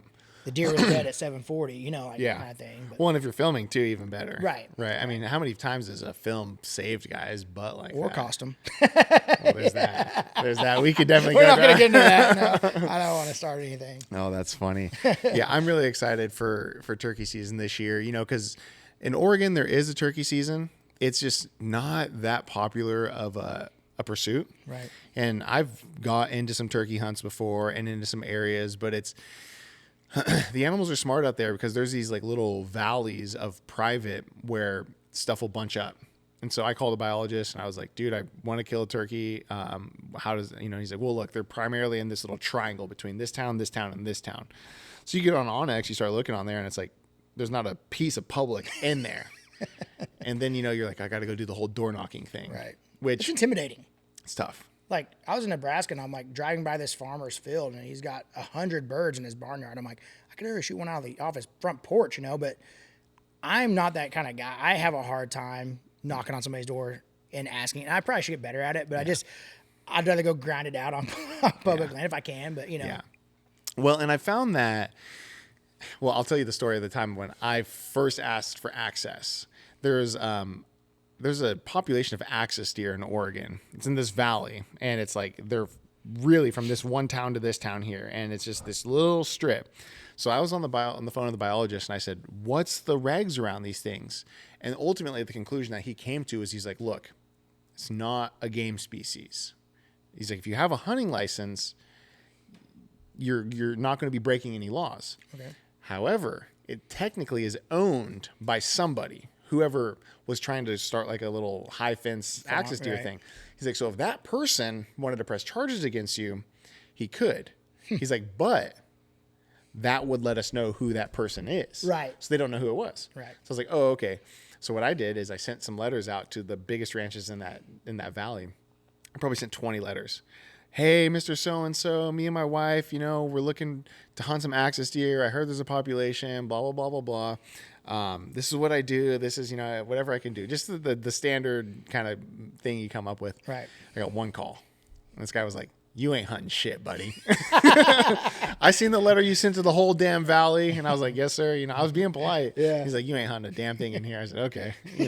So that was like the first time I ever Waste your asked for time. access. Yeah. So I was kind of a little gun shy on it. Since sure. then, And- I've gotten better. Right. I've gotten And I have asked, for access, and I've hunted some great places and I've got great friends that are better at it than I am that just get the permission to let me tag along a lot of times. But, I've always been blessed to have, a decent hunting property here or there, that I have access to. So I don't feel like I'm not good at it because I don't have to go out and constantly ask for access. So especially when I'm 12 hours away and I'm like, this guy might shoot me, like, I don't know, Yeah, there's that. So, well, and so, one of the things that I want to do more of and practice more of is essentially predator control for access, whether it's trapping or what we've been doing some of is some night hunting with thermals and whatnot. right. Yeah. And so fortunately, Missouri, I don't know what the season was before. 2 months. But now, Yeah. dang near year round. 9 months. Yeah. So last year it was February and March only for night thermal hunting. Conservation Department passed, new law now. It's from January 1 to September 30th outside of turkey. And like turkey season, you can still hunt coyotes, but it has to be with approved methods for turkey, like a shotgun or a bow. So you And can't not be, at not night. at night. Okay, Right. yeah. Other than that, Why do you think they did that thing with the turkey season? I mean, I'm sure there's some reason as far as like they think people are about poaching turkeys or I honestly don't know. It's weird because if anything, I feel like coyotes Are going to be active. that's when I see them the most is Right. during turkey season. Well, I've killed a lot of coyotes with a shotgun that come in on my decoys trying to eat them. Yeah. Like I've killed a lot that way. And that's perfectly legal method Yep. to kill a coyote. Yep. Man, it's fun though. We haven't really killed a whole lot of dogs together yet, Not yet. but getting out there, like whether it's with Kelly or Kip or Dude, it's so much fun. It makes me feel like a kid, like being out late with the boys. Oh, yeah. Like, feel like we're getting into trouble, though we're not. You know? It's Oh like, no, we're- sometimes we still get in trouble. Came home a little late one night. Yeah, we tried to push the envelope a little too much. Yeah. We went to like 3 or 4 different spots, and I'm like Oh, taking we little went to- 5-minute power naps Yeah, I think in we the went to truck. 3 spots before 2, and then we decided to go 2 more. Yeah. And it pushed it way too long. Yeah. And I think, I trying to let people know this, that, well, I think there's a lot of really, really positives to predator control. Obviously we're going to help increase the fawn population, Right. but also, coyotes will tear up turkeys too, big time. Big time. And those are our primary game species in Missouri. And I think we got to do our best to kind of protect that. Right. And I've firsthand have seen, habitat management and then trapping. So trapping is definitely the most effective way to remove, species like coyotes or bobcats, things that are going to be predators on your game animals. And in the properties that I've been able to trap well, I've seen an increase in quail, seen an increase in turkeys, seen an increase in deer. Like it's a great thing because, there's not like coyotes and bobcats don't really have a Natural predator. Right. Yeah. And so not that, I think, we take it to extinction, nothing like that, but we've got to keep a better toll on their numbers because without us as humans doing our part, you're not going to have anything left. Yeah. I mean, deer will probably survive. There's a lot of deer, but as far as like turkeys and quail, like our quail numbers are way low for this part of the state. I've actually heard, maybe in Southwest Missouri, but I've heard that the quail population on average is getting better. It is. But we push trapping really hard out of here. Like we have a very, very big trapping selection, and Aaron and I both trap. Yep. So we definitely kind of help. We try to push that. Got a lot of guys around here that trap. Yeah. And I think it's showing up. Like I said, I know personally the properties that I've trapped where I've seen quail show up and I've seen turkey show up that weren't previously there. So if the more people that are doing that, I think those numbers are going to go up. Even like McDonald and Newton County, as far as turkey numbers are concerned, we're one of the highest growing rates, even though there's still not the same amount of birds here as there are as like, the upper Ozark Plateau around Springfield, stuff like that. But in the Ozarks where it's a tough spot for a turkey to survive, they're growing. I'm cutting this out. I don't want people coming to Southwest Missouri to kill turkeys. No, there's no birds down here. Not a bird in sight. Like I said, the rate's growing, but we still have nowhere near the amount of birds as like the northern or the central part of the state has by any means. But it's such a fun species because, coming from where I am, it's not that popular of one. And so when I got lucky, the first turkey I killed in Missouri was with a bow on private, really low pressure birds. I mean, it was pretty much a layup, but like I spot and stalked him, like army crawled and smoked him from 40 yards with a QAD Exodus. And it was so you get your hands on that thing and you're like, this is so alien. This bird is crazy so looking. cool. Yeah. It's It's like the ugliest and prettiest thing you've ever seen at the same time. Right. I can't explain it. Yeah. yeah, it's such a fun species, and I'm hooked on it now too. I mean, that's why I'm putting in for all these other states and trying to, I don't know if I'm ever going to go for the slam because I was telling Cole, I was like, the Osceola bird, it's an underwhelming bird to me. For sure. It's not the coolest looking bird. Honestly, like the one I'm chasing right now is probably my favorite subspecies. The Merriam's it's just so pretty. The white tips. Like I said, I've killed 3 Rios. They're a beautiful bird as well. Yeah. I've killed a pile of Easterns, and they're a beautiful bird as well. And I'm not saying they're not by any means, but there's something about that Merriam's that just those white tips just look so cool. You ever think about doing that oscillated turkey down in Mexico? Yeah, that's out of my price range. Is it a pretty expensive Yeah, hunt? it's pretty. I would like to. And the Goulds in Mexico, there's also that one. So that'd be your world slam. And if I ever get lucky enough to get some kind of entry into that, I'm going to take it. Yeah. But to be honest, I'm just trying to hit the Grand Slam. Just get the 4 North Americans, It's realistic, and I mean, it's hard to recommend hunting to people sometimes because I'm like, man, it's a really fun way to stay broke. If I didn't spend any money on hunting gear, it's like I need a new bow and new arrows almost every freaking year. Yeah, I always kind of joke. I'm like, parents, if you get your kids into archery, you don't have to worry about them having money for drugs because they won't. Yeah. It'll all be wrapped up into archery. I guarantee it. I know every year I got a giant bucket of arrows and I'm like, no, these are all shit. I can't shoot any of these. Yeah. I need a whole new set. Yeah. Just tags, camo, guns. Yeah. Oh yeah. There's a lot of money to be spent for sure. Well, and there's this kind of, it's not, I'd call it a trend. It's been a thing for a long time, but the traveling to other states And a lot of people don't think that the states were ready for this much non-resident pressure. So that's why we're seeing such rapid changes. Right. And it's again, it's kind of like you don't have to do it. Every state has hunting opportunities if you're for a resident. Yeah. And it's cheap. You know, Missouri, Oh, man, if you can cheap. scrape up $50, you can fill your freezer good. Oh, yeah. As long as you got grandpa's old 870 or whatever, you know. There's a lot of opportunity in Missouri for sure. It's a great state.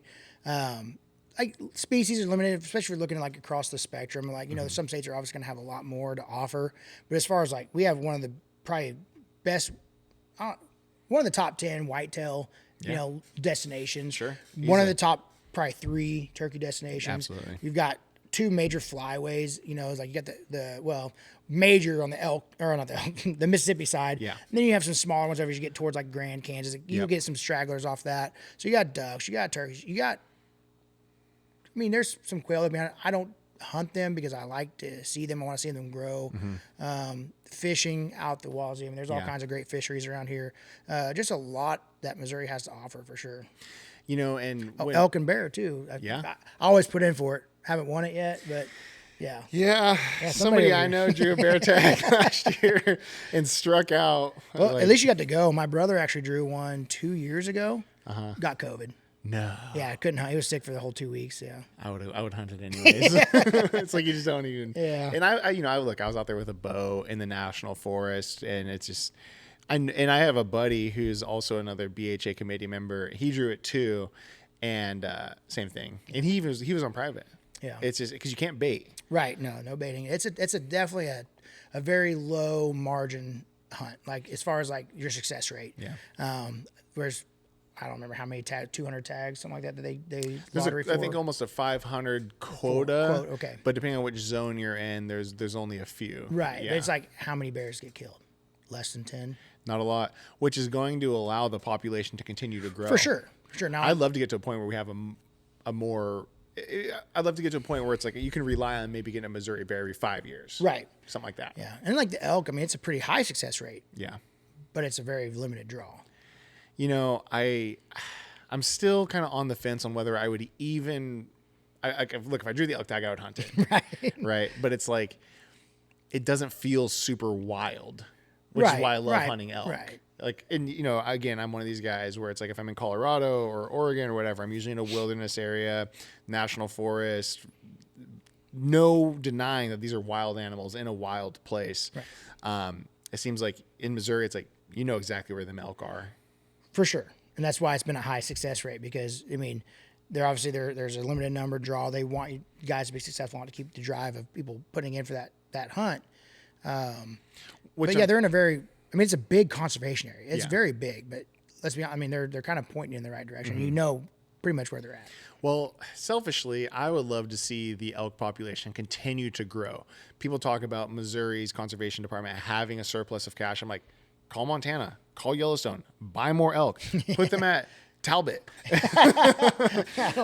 And I mean, like according to them, like, you know, elk used to roam naturally all through Missouri. It just doesn't feel like the right habitat because I'm always used to seeing hunting videos of elk and they're always in the mountains and these, you know, spruce and, you know, type trees. And we're, you know, down here, they're going to be eating acorns, you know. Well, some acorn-fed elk could be pretty good. You get nice and fat. Well, I do think that the bear population it seems like the elk population is going to grow very slowly. I know Pennsylvania's reintroduction was very, very successful. They have a large population of elk now. I want to say, and I could be misquoted here, almost 3,000, which is a lot. And Pennsylvania is a pretty, you know, good-sized state with a lot of ag. Yep. So their population is doing well, and I think tags for residents are getting more accessible, which is great. From what I hear, and this is, you know, look, I talk to people all the time about elk and different types of stuff. Missouri doesn't necessarily want the elk population to get really robust, unfortunately. But it seems like the black bear population is going to continue to grow because, you know, in Arkansas, getting a black bear tag and being successful on a hunt is a very common thing. Same with Oklahoma. So it's really inevitable for them to continue to working up that Ozark range, especially as more as Arkansas gets developed. Right. Push them up into the hills over here. Which I'm like I said, if we can get a more regular season, and I could see it being the type of thing where maybe guys buy a black bear tag go out there, for that week that it's open or whatever, realize that hunting black bear sucks. And it's like if you're not going down in that nasty, trenchy bull crap, you're probably not going to find them because that's where they want to be. You can't really work the ridges like you would with a deer, especially for an idiot like me trying to do it with a bow and arrow. But I did have a bear on camera during that time period, but for me, work is like the busiest in October. Right. So I was spending as much time as 2 hours from my house, and he zigged, I zagged, and I was there on Wednesday. He was there on Tuesday, as that type of thing. Couldn't get to meet up. Yeah. And I still haven't killed a black bear to this day. Me either, but I've never. It's like, so I always talk to people about like what like bucket list hunts or what's your list, and like black bear's on it for me, but it's not very high. Yeah. Right. Elk and mule deer are probably like the two that I haven't hunted that are the highest on my list right now. It's just like what I want to do, and like a lot of guys go, moose or bighorn, or there's all kinds of options, but it's like some people that just doesn't even like, it's like just the difference in a hunter and like whatever doesn't even hit their radar. Like some of those hunts, like a moose, that's not even on my radar. Yeah. Caribou, not even on my radar. Like it's just nothing that I've really like, I want to go kill that. Yeah. Like. But what a privilege to live in a country, right, where we have those options, right? I mean, obviously, moose and like sheep are tough tags to get for sure. But I'm really glad that we still have a hunting opportunities, and it's not because it's really easy to get cynical about like hunting's becoming this thing only for rich people and blah blah blah blah blah. And I'm like, man, I live in Missouri. I literally spend $40, $50, a couple buck tags, doe tags. I know guys, Anderson and McDonald County, there's not a lot of money down here sometimes. And guys are killing great animals, and they're having fun hunts, and they're putting food in the freezer for not a lot of money. For sure. So I think it's just kind of like what we see, right? Through social media, through television shows. Like you're seeing these epic hunts, because that's like, obviously it's what people want to watch. Yeah. You're not seeing, me out there killing, 6 does. Like that's not very exciting. You know what I mean? But you know what I mean? Like you see these hunts that cost a lot of money. Yeah. And they're exciting. But it's like it's out of reach for most people. Well, and the states are hip to the game, right? Like I'll use Washington for an example. There's units in Washington that are managed, and it works great. There was a world record bull taken out of Washington this past year, or the year before. I think it was this year. And they know those units which are holding the best bulls. Right. They want you to put in year over year over year over year. So you got thousands and thousands of guys, even if it's chipping in $20 for the application and even more for the non-resident, that's all money coming in, for sure. Right? And eventually, if you keep at it for 20 years, you might get your opportunity to shoot one. Well, you could still buy an over-the-counter Washington elk tag, and a unit that is good might not have trophy bulls on the road. Right. But if you're willing to put in, you can still kill a respectable bull. Right. Just got to put some work in. And so that's kind of where I think people kind of get mixed up. It's like, oh, I heard if I want to hunt elk in Utah, it's going to take forever and ever. And it's like, nope. If you want to go hunt that unit in Utah, it will. Right. Same thing with Arizona. Like I've looked into some Arizona hunts for like mule deer, and because my dad lives out there, and it's like, it'd be like a 2-for-1, go see my dad, go hunt. Yeah. Kind of thing. And it's like, there's, up there on the border of Colorado, there's some great units, and good luck getting one. You know what I mean? But a couple of years ago when I was really looking into it before COVID, is you could buy over-the-counter mule deer. I was like, perfect. That'll fit. I can do that if it's in my budget. Yeah. And then now it's in a draw now, which kind of stinks. Change and I guess I've hunted just so like uniquely around here that I'm not privy to the draw game. Like I've just never really put in for draws. I've bought a couple points in Wyoming. So I eventually want to try killing elk there or whatever, kind of thing. But I've never entered a draw. Yeah. Right. And so it's almost like a, like not scared, but it's like just the unknowing. I just don't know when, don't know what, so it's like, I just have never taken that step. Yeah. And that's where, like you're all about, like, and that's, like you be my resource. Like, if I'm like, hey, I'm looking into, this hunt, you probably know a lot more about than I do. And that's where, you sometimes have to lean on people for that kind of stuff. But. And I've been thinking about offering some like hunt consulting type of stuff, because I do know a lot of information about the majority of the states out there. I've been putting in tags, and I don't put in tags every single year. Dude, I could spend $5,000 applying for just building points. Right. And I'm not going to, like, that's just crazy, But, last year I got a point in Nebraska for antelope. And so this year I have 100%, odds. So it's like a very achievable tag. Remy Warren, one of my favorite guys I kind of looked up to when I was getting into it, he's always like, dude, the best tag you can get is the one in your pocket. Right. It's like, it doesn't matter if it's a Wyoming trophy unit or a mule deer unit. It's like, can you go out and hunt? That's the best tag. Right. And to me, that's always the approach I like to take, because it doesn't matter if I'm going to Nebraska or Wyoming or wherever, I'm going to have the best time just being out there hunting. Oh, I know. People ask me like, man, like that's my first like real out of state hunt was like, Oklahoma, that was on family land, but like going to Nebraska last year. And it was, to be honest, it was miserable weather, 20 degrees, 3 inches of snow, rain and sleeting. It was just, had the best time of my life. Yeah. Camping out of the back of my truck. Just, it was an awesome experience. And like most people were like, yeah, you're crazy. Like that sounds horrendous. Yeah. But I had a blast. And it's a really achievable thing. Like it's kind of like a lifestyle, like traveling, being nomadic and sleeping in the back of your truck or on a tent. It like totally sucks sometimes. But to me, it's like, man, it feels like a life well lived type of thing. It's just, I can't help but like I have a lust for adventure. Right. And so, you can grind out your 9 to 5 every day or whatever, and go home and sit on the couch and watch TV. And if that makes you happy, I guess, whatever. But yeah, that adventure is what's, kind of like in my soul, like, calling us out to be hunters. And that, so like sometimes you have to just embrace the suck, but it's worth it in the long run. Like I look back on that first trip to Nebraska, I'm like, dude, that was so much fun. Yeah. And it just, and the intel and the experience you got from that. I mean, I have a better chance this year because I'm not going in blind, flying by the seat of my pants. I know the area the birds are in. I know about what they're going to be acting like. The weather changes can throw things around a little bit, but I'm going to become prepared this year. I do a ton of e-scouting. If you, like you're saying, if you see me at the house sitting on the couch looking at my phone, it's probably on X. I'm like, what about central Nebraska? What do they got good over there? Oh, there's some Sand public hills. over here. And it's like, oh, I wonder, maybe I'll put a pin here and go ask this guy, what's his number? Where's he live? Like I'll just sit there, be looking at all sorts of stuff. But you cannot beat just driving out there. Right. Boots getting, on the ground, just checking it out. buying a fishing license. Maybe you're like, I want to go scout for some turkeys, but I'm gonna try and catch some bass while I'm at it or something. Yeah. Just any excuse to like get out there and try and find something. You're gonna have a good time, and that's kind of what I'm kind of at the point where I'm like, I'm going to really settle down in Southwest Missouri, plant my roots here, and use this as just, I think about it like base camp. Right. Home base. Right.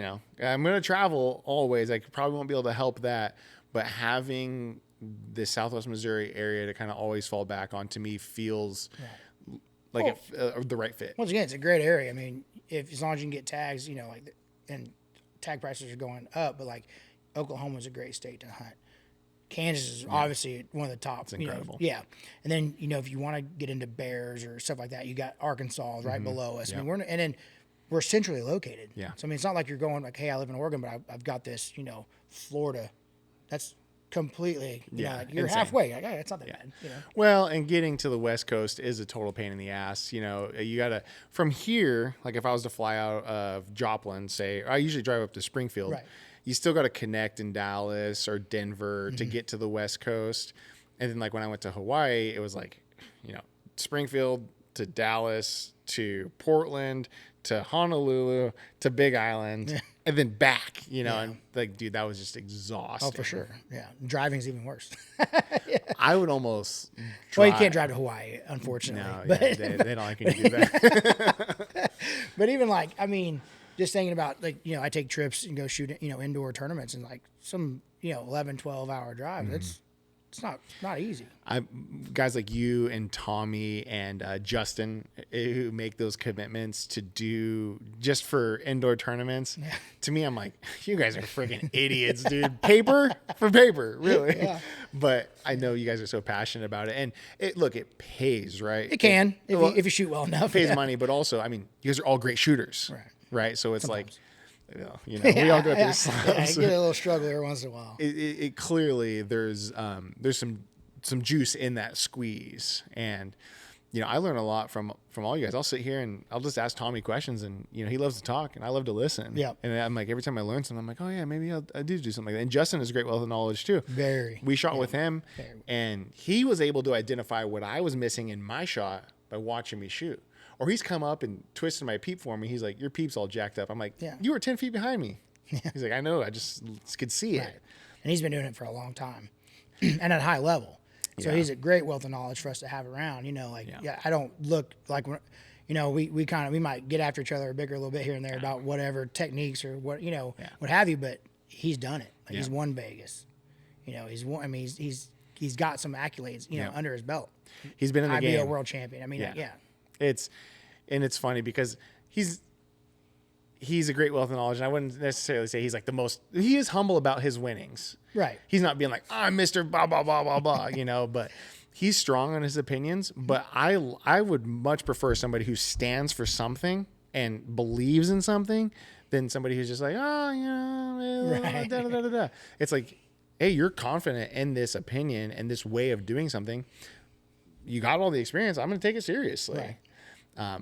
And me and Justin also have become pretty good friends, and so it's I feel really blessed to kind of be surrounded by great shooters like you guys, and to be able to learn and be a sponge, and you're all so eager to help and share. Well, that's what's great about archery, like the community. Like there's very rarely are you going to find somebody that's just going to be sitting there like putting you down.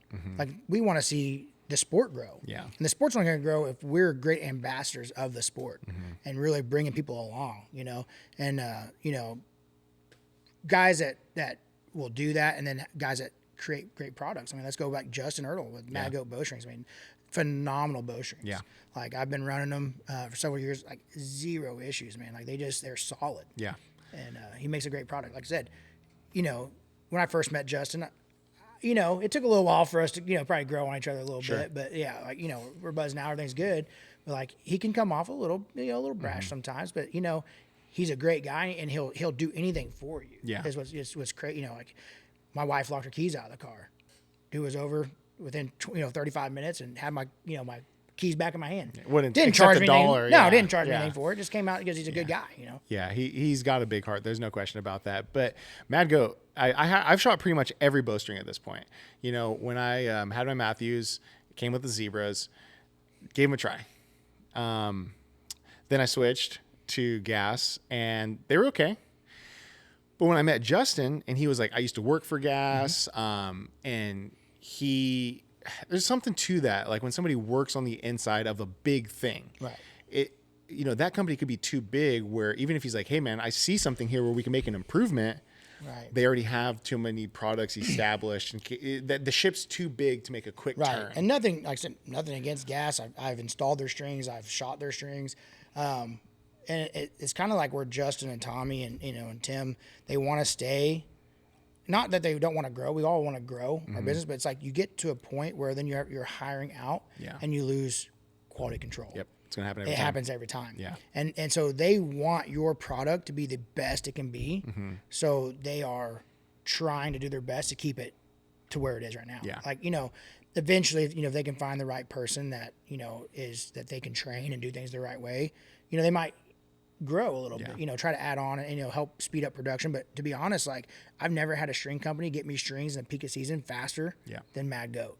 Well, and Justin is obviously a very passionate archer. And I think that coupled with how much he cares about his friends and his customers is like, even if it is the middle of season, he's going to go bang out a pair of strings in the shop, right? Or if Tommy does it or whoever, because he knows how important that is to be like, oh man, you hear guys, they'll nick their cables or something with a broadhead. And it's like, I told you the story about like when I busted my Latitude climbing stick. And I was like, guys, I'm in the middle of season. I need a new stick. And they're like, it's on the way. Yeah. Just send us back that other one So when you great. get it. Yeah. And great customer service like that is always going to be what I try to like push. Like, so we have a company, let's say like Latitude that we sell. I know that because I've not only heard you tell me that story, there's guys all over the internet saying that same thing. Well, guess what? That spreads. Yeah. And so guys are like, well, if something does happen, they're going to take care of me. Yeah. Like Matthews. Yeah. Like phenomenal customer service when it comes to like warranty. Like there's not a bow that they made that I can't get parts for. Right. I can't say that about other companies. Sure. Like you bring me a 2000, Q2 or whatever, older bow that no one else would have part. I can like, hey, I need this. they'll get it to me. Which is crazy because that means that they could probably still make that bow if they wanted to. Right. I know a lot of guys are hoping that they'll bring out some kind of like legacy bow, like new technology, but solo cam. Probably not a bad play. I think you might just get the nostalgia, Right. Even if it's like, I've said this about cars too. I'm like, man, if Chevy was like, or Cadillac or some of these old, cool, iconic cars, Chevy's like, man, we're going to bring out a box Chevy. It's going to have modern electronics, but it's going to be that old classic square body. Right. And we're going to sell 10,000 of them. Yeah. Put your money down for the pre-order. They would be gone in a minute. Gone. Yeah. And like Bear's another one. Yeah. I mean, great customer service. I message my rep, boom, it shows up. Yeah. And a lot of times no questions asked. Like, so I know Matthews, I've had guys dry fire bows. And I told, hey, he came in, told me he dry fired it. Yeah, we'll give him a one-time oopsie. Oh, really? Yeah. I'm like, dude, that's awesome. Yeah. A lot of companies are like, no way, Yeah. And same like Darton, great customers. If I've had anything, like, people always come in, oh, do I register my boat? Yeah, we need to register your boat, get a warranty. But to be honest, like, they don't even, like, I haven't had the mats. Like, if something's wrong with their product, they want to fix it. Right. And that's how and why I stand behind some of the products I stand behind. So same thing with Justin and Tommy at Mad Goat. Like, very rarely do I get a string set that has something, the wrong, and the other day I gave Tommy the wrong bow. Like, it's a EZ7 from Matthews, not a Z7. I was like, oh, it's a Z7. I don't even know what it is, the EZ7. Like, it's a pretty, I don't know if they produce a lot. I don't think they produce a lot of them. It's like, pretty much part, it's just Z7. So I gave him the wrong string specs, basically. Right? He built them like, dude, these are wrong, know? And not to their fault, but the next day, I had the new set sitting on my table. Right. And I recognize that with Mad Goat, and that's why I agreed to work with them. Yeah. Is because I was like, man, you have a great bowstring. Right. I'd seen it on everybody's bows, and I've shot them, and you can kind of look at a bowstring and know like it's pretty good. And then I got to talking with Justin. He's like, we have a proprietary blend from Bloodline and all this stuff that's really, really cool. And I got a bad problem with this, like not knowing how well, like I could be talking to Jesus Christ and not even know it, It's like Justin is like, I didn't even know he was friends with Tim. Right. So then Tim was like part founder of this company and this whole thing. And I was just like, yeah, man, you got a pretty cool little product. Your website needs some work. Your social media needs some work. Let me get involved. Let me help you out. Because I recognize a great product. I recognize a great brand, a great story, and it was like, you got all the pieces here to do the thing. Right. Let me help you out because I have experience building brands.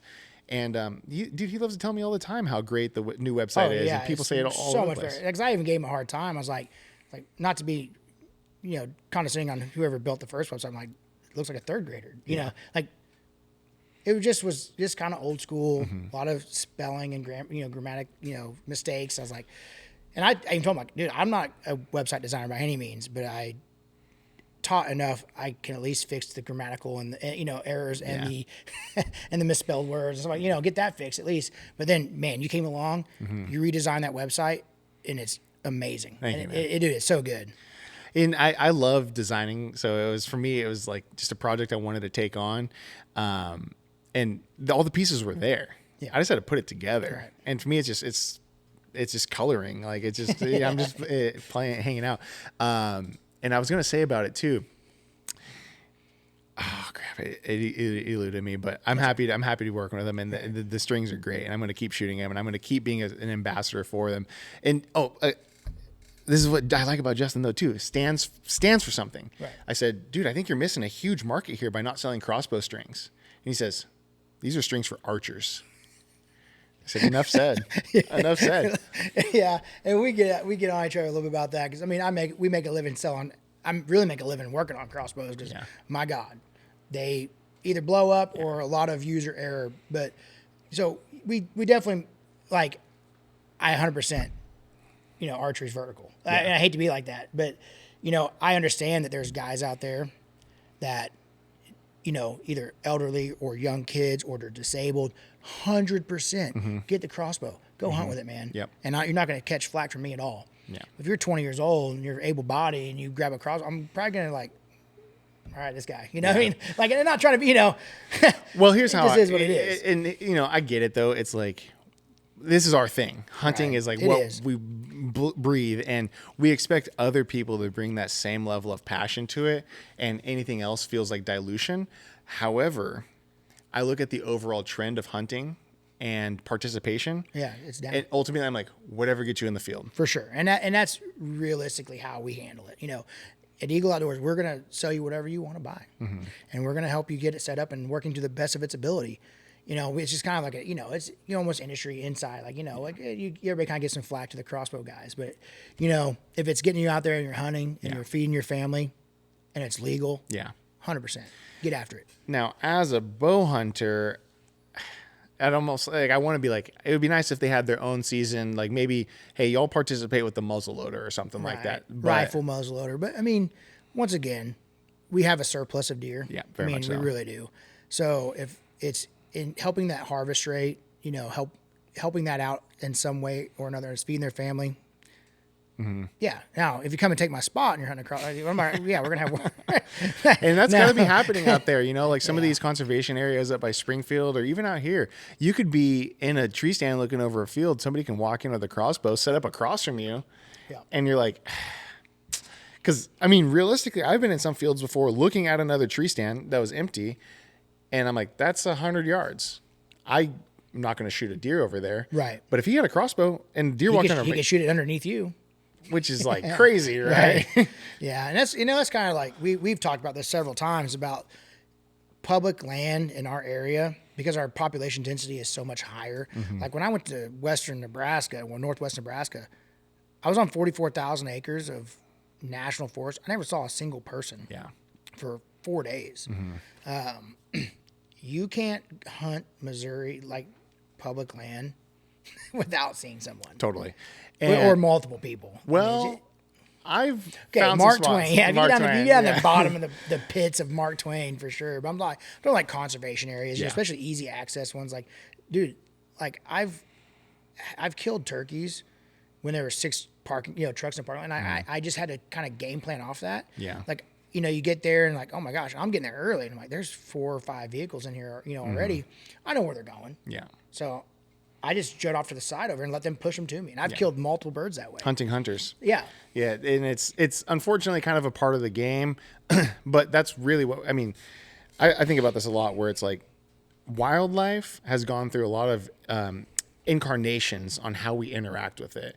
We've used them as fur, that was the primary reason we killed these animals. And obviously I'm going to take subsistence hunting out of this and this conversation out entirely because people are always going to have done that, right? That's how we've evolved.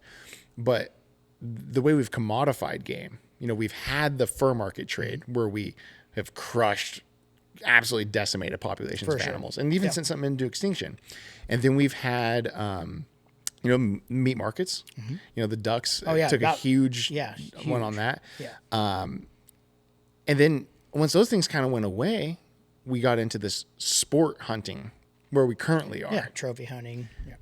And I'm like, okay, this is a very conservation focused way to approach these animals. I have a very subsistence sort of slant to the way I do it. It's, I'm not going to pass up on a very respectable deer that will hang on my wall as a trophy if that means no meat. Right. So that's when I'm deer hunting, I'll usually try and kill a doe first, put a little meat in the freezer. Then I can maybe be a little more selective. More picky, right? Yeah. But, so I was saying though, as sport hunting kind of has evolved and come together, we have all these different ways of interacting with the wildlife now. And I don't know, I guess the point I'm getting at here is just that it's so important that we continue to protect that and preserve that. But as participation increases, access has gotten more and more just crowded. Yeah, and difficult. So not just public, but finding private, right? If you don't have grandma and grandpa's, land that you grew up on, right? And say you're living in town, and a lot of people can't afford lease prices have just dramatically increased, and so a lot of guys can't afford a lease. I can't afford a lease. You know what I mean? So it's if you don't have somebody to give you, the handout every once in a while, give you some property to hunt, you're hunting in public, which is where a lot of guys are. And even then, even getting, like I said, I know a lot of guys go knock on doors. You're going to get turned down a lot. Yeah. Because around here, a lot of people hunt. And in this area in particular, I do think that it's difficult, right? Because if we look at Missouri as a whole, we got big areas. We got St. Louis, we have Kansas City, even Jefferson City, Springfield, big populations. And it's like, I know our conservation dollars are probably going to get siphoned off into those areas more because we're just dealing with population issues, right? If we're trying to get people in Springfield hunting, it's like, how are you going to find a place for 1 million people to hunt, right? But I do think that there's two areas I would like to see conservation dollars get better used. One, management of lands. For example, I was out in Stockton not too long ago, and this land was totally just like, I'm like, dude, this is a popular spot. This has got a good, access. Right. This land is totally just forgotten. And unfortunately, and I don't know the true inside yet, it'll be revealed soon, but unfortunately it's going the opposite direction. Less management. So what I kind of found out, because I was working really closely with our local, management guy when we got our access to use conservation land for our 3D shoots. Well, he retired.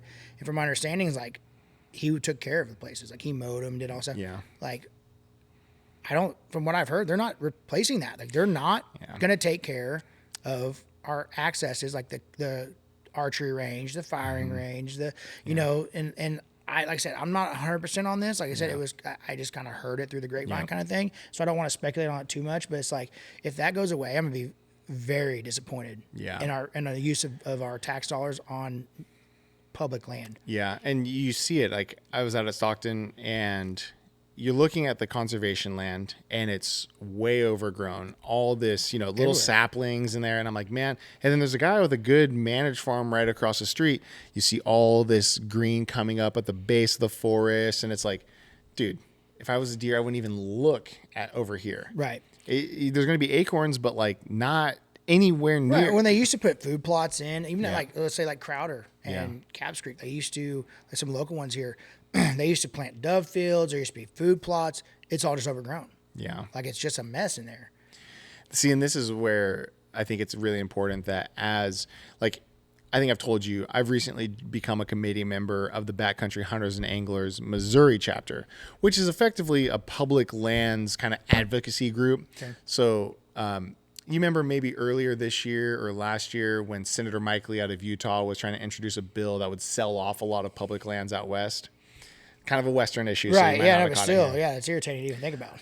And it's like, look, man, these are the people's lands. Right. Like our forefathers, primarily Theodore Roosevelt, he's seen something. Right. He's seen the greed in man's eye and enacted a bill that would allow for the protection of lands, and then immediately wrote a bill that would prevent another president from ever doing that again, right? That was before Missouri. Missouri was already well established at that time. So it's like we couldn't really protect a lot of Missouri's lands.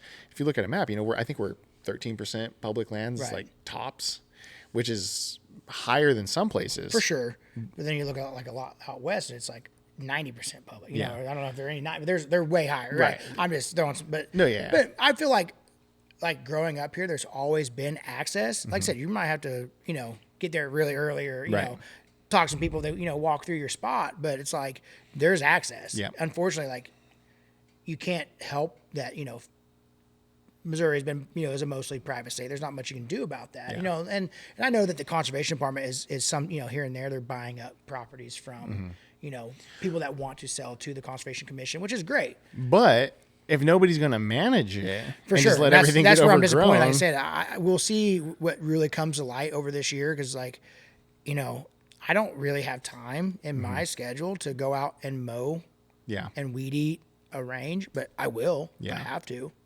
And that's just the range, though. Right. That's not. I'm not talking about the trails. I'm not talking about the gun range. And there's a lot, and that's just one conservation area. And I don't know if they're doing this, if they're implementing this statewide. I don't know, or if it's just this area. But that conservation area gets used a lot. Like I live out there, and I drive by it, and during rifle season, there's 6 to 10 cars in every parking lot. And I think there's enough like good oaks in there that there's always going to be wildlife, but it could just be a lot better. Oh, for sure. And the part that really kind of gets under my skin is that you hear that the Department of Conservation has a surplus of money. I mean, because think about all of the tags that get sold, the non-resident turkey tags, non-resident deer tags, and then the 10th of a sales tax that we have in this state, which is proven to be an incredibly effective conservation tool. Pittman Robertson, every gun that gets sold over there, every bow, every set of arrows, every freaking turkey call, that money goes to the state it was sold in, right? So there's money to be had for conservation, and buying up more land sounds great. I would love to see more conservation areas on the map. Right. I would rather see them well managed. More importantly, I think that's where you're getting to. But then here we kind of get into the dual-edged sword of the thing. Let's take Bushwhacker, for example. It was one that was really well managed for a long time. And it became a draw area where you could only get in there. There's only a certain amount of people because they knew it was well managed and taken care of. Right. What happens when they stop managing it? The draw eventually goes away. People, it's kind of shot out now. It's not that great over there. And I haven't been there in a while, but it could be overgrown and totally kind of not taken care of well. And if this was like the National Wildlife Refuge System, I'd be like, okay, I don't trust the federal government to manage anything properly. So I'm not surprised that these refuges have gotten taken care of. Right. But this is a state level issue. Right. Full of biologists and, people that are supposed to understand this stuff. This isn't political. We're not cutting the conservation budget to try and tackle this fictitious national debt, right? Like we've seen what happened with the refuges. And it just really is frustrating because for as many hunters as we know, because we're just, in it, man, if you ever go to like the St. Louis like Reddit page or the Missouri Reddit page, people see deer or deer pictures. They're frustrated about it. Yep. There is anti-hunters even in states like Missouri. Oh yeah. Yeah. So, like our Facebook page here during hunting season, we get flagged. Yeah. And I don't know if there's somebody out there, reporting us, or I don't know if it's just the Facebook algorithm or whatever, but we get flagged. Because I've always told people, I trap. I don't share any photos or video because I don't, because I've seen firsthand, other friends that do, and they just get attacked. Yeah. And it's not worth it, Well, our friend Blakely, trapping, shout out Blakely, he was posting some stuff. People were saying nasty things to him. It's unreal. This is an animal, like we were talking about earlier, that has no natural predator, and we're helping the greater good of the conservation of animals that can't defend themselves, right? And then we're getting attacked for it, and even death threats. Yeah. Insane. Yeah, you're gonna tell me that a coyote's life is more important than a human's life. Yeah. No, and not that life is important all the way around. Yeah. But there has to be a balance. And I talk about that even with bows. It's everything. Life is about balance, man. You have that, kind of go back to the arrow spectrum. You want to talk about that. It goes you have the lightweight, super fast. You got the heavyweight. I want to build this, 1,000 grand. Dude, they're both kind of impractical. Let's just come to the middle and have balance. It's like that in life. It's just balance. And it's frustrating because it's the outer edges of anything is typically what draws the most attention. Right. If we sit here and talk about being moderate, people are like, what is so-and-so talking about? They want that extreme take, something ridiculous. And I refuse to participate in that. I would much rather be rational and data-driven and approach it with a very, very conscious effort, because ultimately, that's the love versus hate argument. It's that positive energy is always going to win, even if it's not immediately. It's that long-term reward of putting out an appropriate message that can really resonate with people and just not be so extreme. Extreme. There's no. Once again, we've just been saying, extreme, anything on the extreme, it might catch a lot of attention, but it's not, it's never going to, in the long run, work out.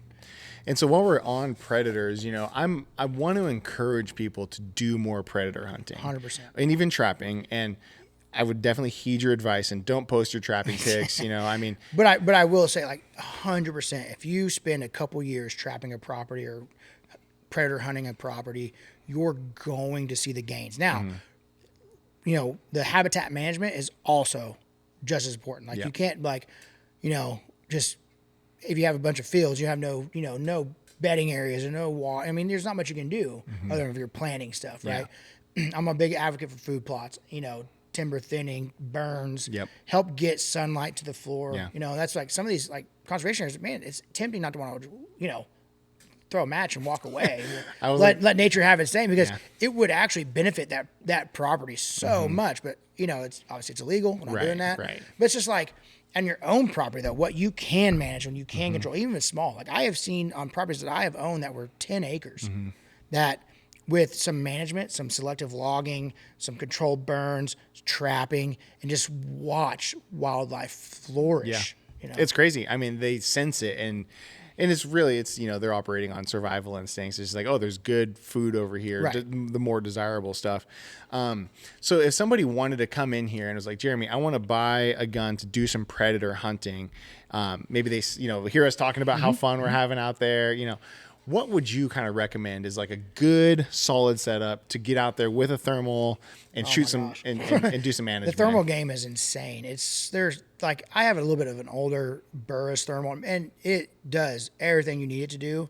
But I'm sitting here and I'm looking through some of these new ones, and it's like, it's unreal. And then the temptation is crazy to just buy a new one. So honestly, like calibers, there's all kinds of calibers. I currently shoot a 22 arc. Think it's a phenomenal round for predators. You know, 22-250 has always been like the go-to. Okay. 6.5 Grendel. You have now 22 Creed getting ready to come out, which good luck getting one. They're going to be, if they do hit the shelves, they're not going to last.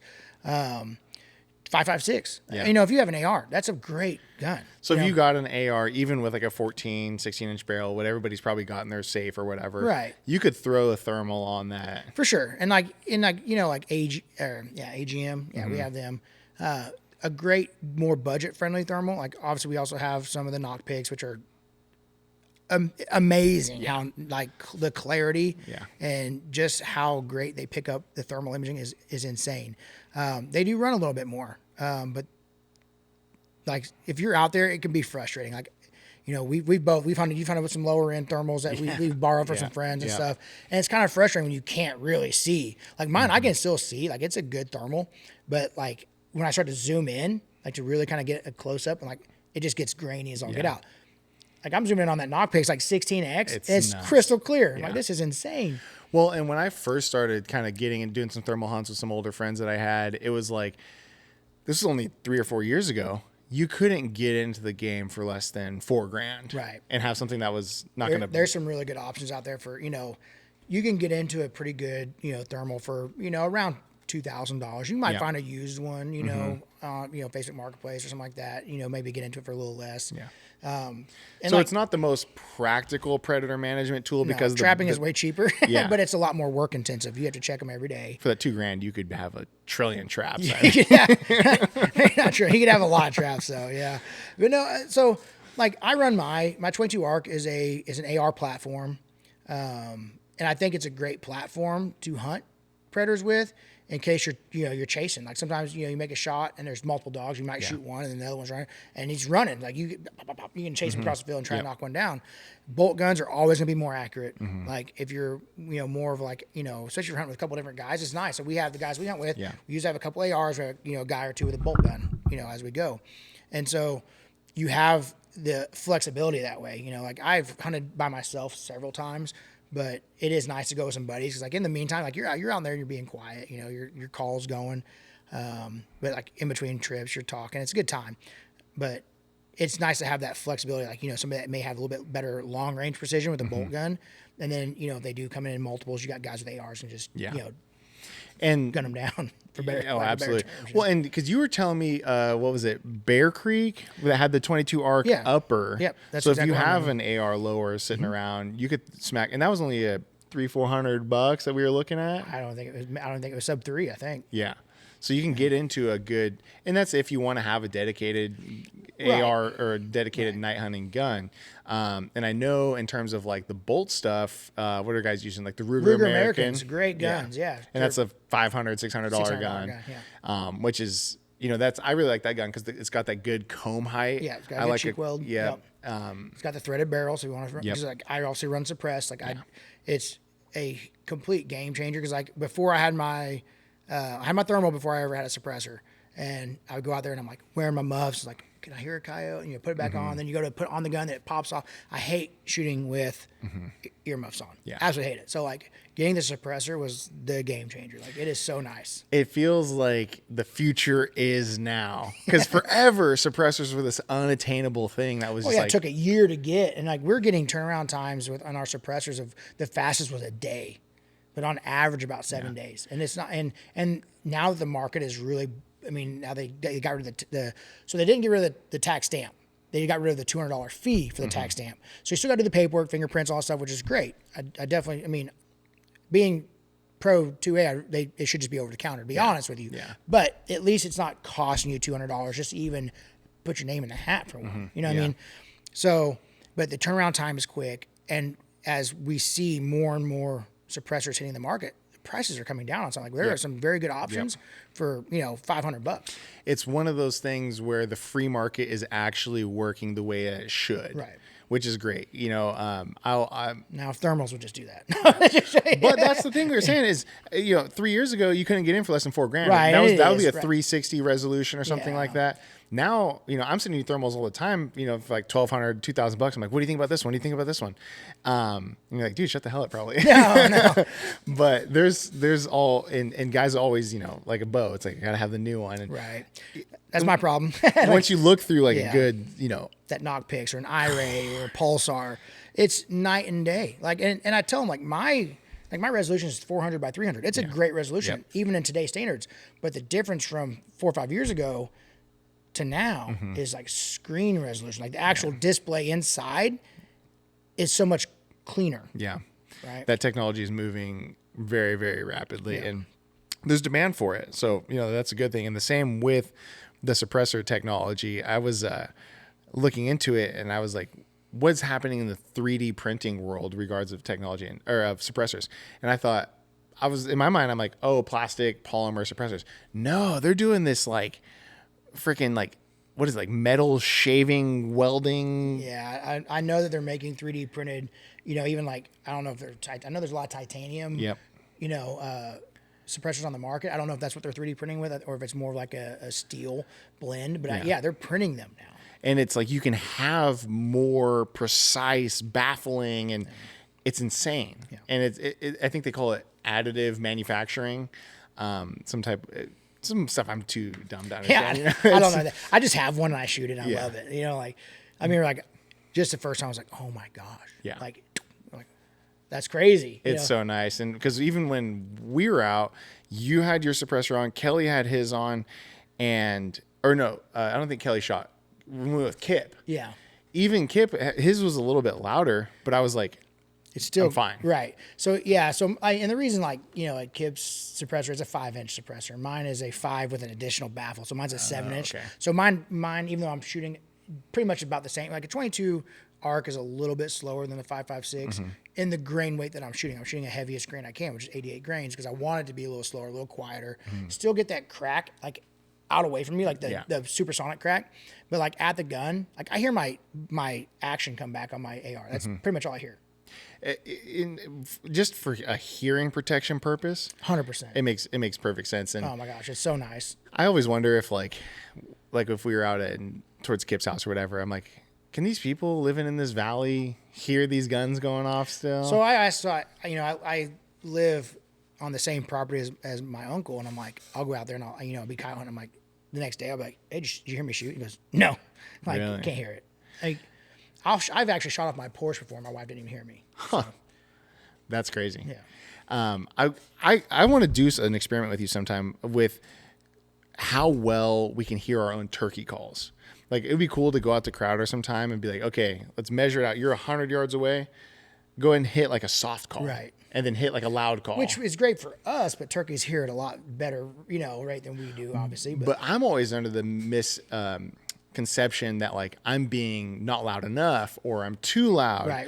And it's like just a little experiment to be like, what does it really sound like 100 yards away? Right. Or 200 yards away? Or can we actually get at that turkey 300 yards away? Right. And it might actually, because I don't know how many times sitting, hunting turkeys and like a hen come into the decoys and sit there and go, get squawky and like they're loud. Yeah. Like you always hear like, oh, you want to call, start off calling soft. Man, like I've never heard a quiet turkey. Like they get after it. Like you'll hear them, like obviously like little putts and purrs, stuff like that are quieter. But man, they're yelping. Golly. Yeah, it's just an on and off switch. There's no volume control there at all. Yeah. No, and if people do want to get into predator hunting, man, it's like duck hunting. Right. It's all camaraderie. Yeah. And it's obviously you're doing some management and stuff too, but like it's a great way to just hang out with your friends and have some fun for sure. Good, clean fun. Yeah. Well, before we wrap up here, I do want to let people know of the remaining dates that we have for the Fort Crowder 3D shoots. Our Eagle Outdoor Archery Club 3D shoots. Yeah. And we actually have 3 ASA state qualifiers. Now, you can still shoot as just a regular fun shoot. If you don't have an ASA membership, you don't want to get into that, 100% fine. We still have the Bow Hunter Challenge side, and you can still shoot the ASA course. Yeah. And you actually don't have to pay as much. You still pay our normal rate, which is $20. ASA members have to pay $30. Right. Money goes back to the ASA, and then money goes back to shooters. Our next shoot is April 19th, and then May 17th. So we actually have 3 qualifiers in a row. Yeah. So April, May, and June, and then June is the 14th. Those are ASA qualifiers, and then we have July 19th and August 16th. But then where it really gets fun is our final shoot of the year in September. It's actually going to be right before deer season opener. It's the 13th, and deer season opens on the 15th. So on the 13th, we have what we call our prize shoot. And last year we gave away a brand new Darton Sequel 35. Yep. Going to be probably talking with them again and see if we can get a Tri-Tech this year, probably a 33 to give away. Try to maybe talk to some of our other manufacturers, see what they want to give up. But we also, out of our own money from the club that we raised for the year, we pretty much empty the pockets. Like, we don't keep money from one year to the next. Oh, from the archery club. Yeah. So what we made. So last year, I know that we did about $3,000 worth of giveaway prizes. And so how does that work if somebody... Door prize. Just door prize. Yep. Now, last year, what we did with the bow was like every time you paid your entry to shoot, we threw your name in the bucket. Oh, okay. Right? So the more you shoot, the more entries you get. Right. This year, I'm not sure if we want, because we've already been through the first shoot and I didn't really have any of this in line. I kind of, indoor season just ended for me, so I really didn't have much time to get my head wrapped around. Basically, just get out there and have a shoot. Yeah. And we had fun. It was a great layout. It was a great shoot. But I've been kind of debating on this year, instead of doing for every paid entry, like we might just have the bow and have it more of like a bucket where you can purchase. Oh, yeah. Like a $10 raffle ticket to throw in the bucket. Okay. Right. So you have to be present to win. And so, but your entries also go into the bucket, or? So I don't know if I want to do that yet or not. Like I said, because last year we did that way and it was good, but it also took me and John that was working here. It took us half a day to fill out all the things and put them in there. And I was like, gosh, there's got to be a better way, Okay, so the prizes are still a little undetermined yet, but it's not going to be something small. No, so there will definitely be a bow giveaway. Yeah. However we do it, it might be a raffle system. It might be because we might do it just the same way. And I have the sign-in sheets every time you sign in. So basically, make sure when you come to our shoots, you sign in because that's what we went off of. I took all the sign-in sheets from that year and we just wrote your name on a ticket and threw in the bucket. So we'll probably end up doing that again. But we always have releases, sights, rests, arrows, fishing stuff. Yeah. Hunting stuff. Like, we give away a lot of stuff. Yeah. Gift cards. Literally targets. Yeah. We will do the steel buck again. That was a huge hit last year. What distance did you do that at? So we start off at 40 yards. Okay. And it's a steel buck it starts off with a 10-inch round foam, target behind it. And so we went 40, 50. So it's elimination. Yeah. So if you hit steel and you break your arrow, you're out. So we went back to 80 because that's all that range really allows us was to 80 yards. And so there were still several guys in. So okay, we went back to 40 and I throw in another plate and it drops down to a 4-inch circle. And then we went 40, 50, 60. And it ended up being 70 yards was the final. It was Aaron and John. So 2 of our employees, which if you would have asked me before we started to put money on it, neither one of them guys would have been in my book. I guarantee. Aaron's and never. They're good shooters. I never see Aaron with his bow. Right. He shoots in here. So but he's just the competitiveness that he has. Like, he was a college baseball player. He's a competitor. But like I said, I would have my money on Justin or Tommy or Wyatt or somebody else. Like I didn't shoot in it because I was trying to run the whole show. Did Aaron win that? No, John won it. You know what? Good. Yeah, I'm still mad at Aaron for With winning the that Browning, the Browning A5 with the Ducks Unlimited bank. I wanted that gun so bad. I spent like $500 trying to win that. But and John ended up winning a Reinhardt target. Like he got a 3D deer target from that. John Cowher? No, John Henry used to work here. Was our fishing guy. Oh, right. He got deployed, so he's not with us at the him. moment. Right. Okay, yeah.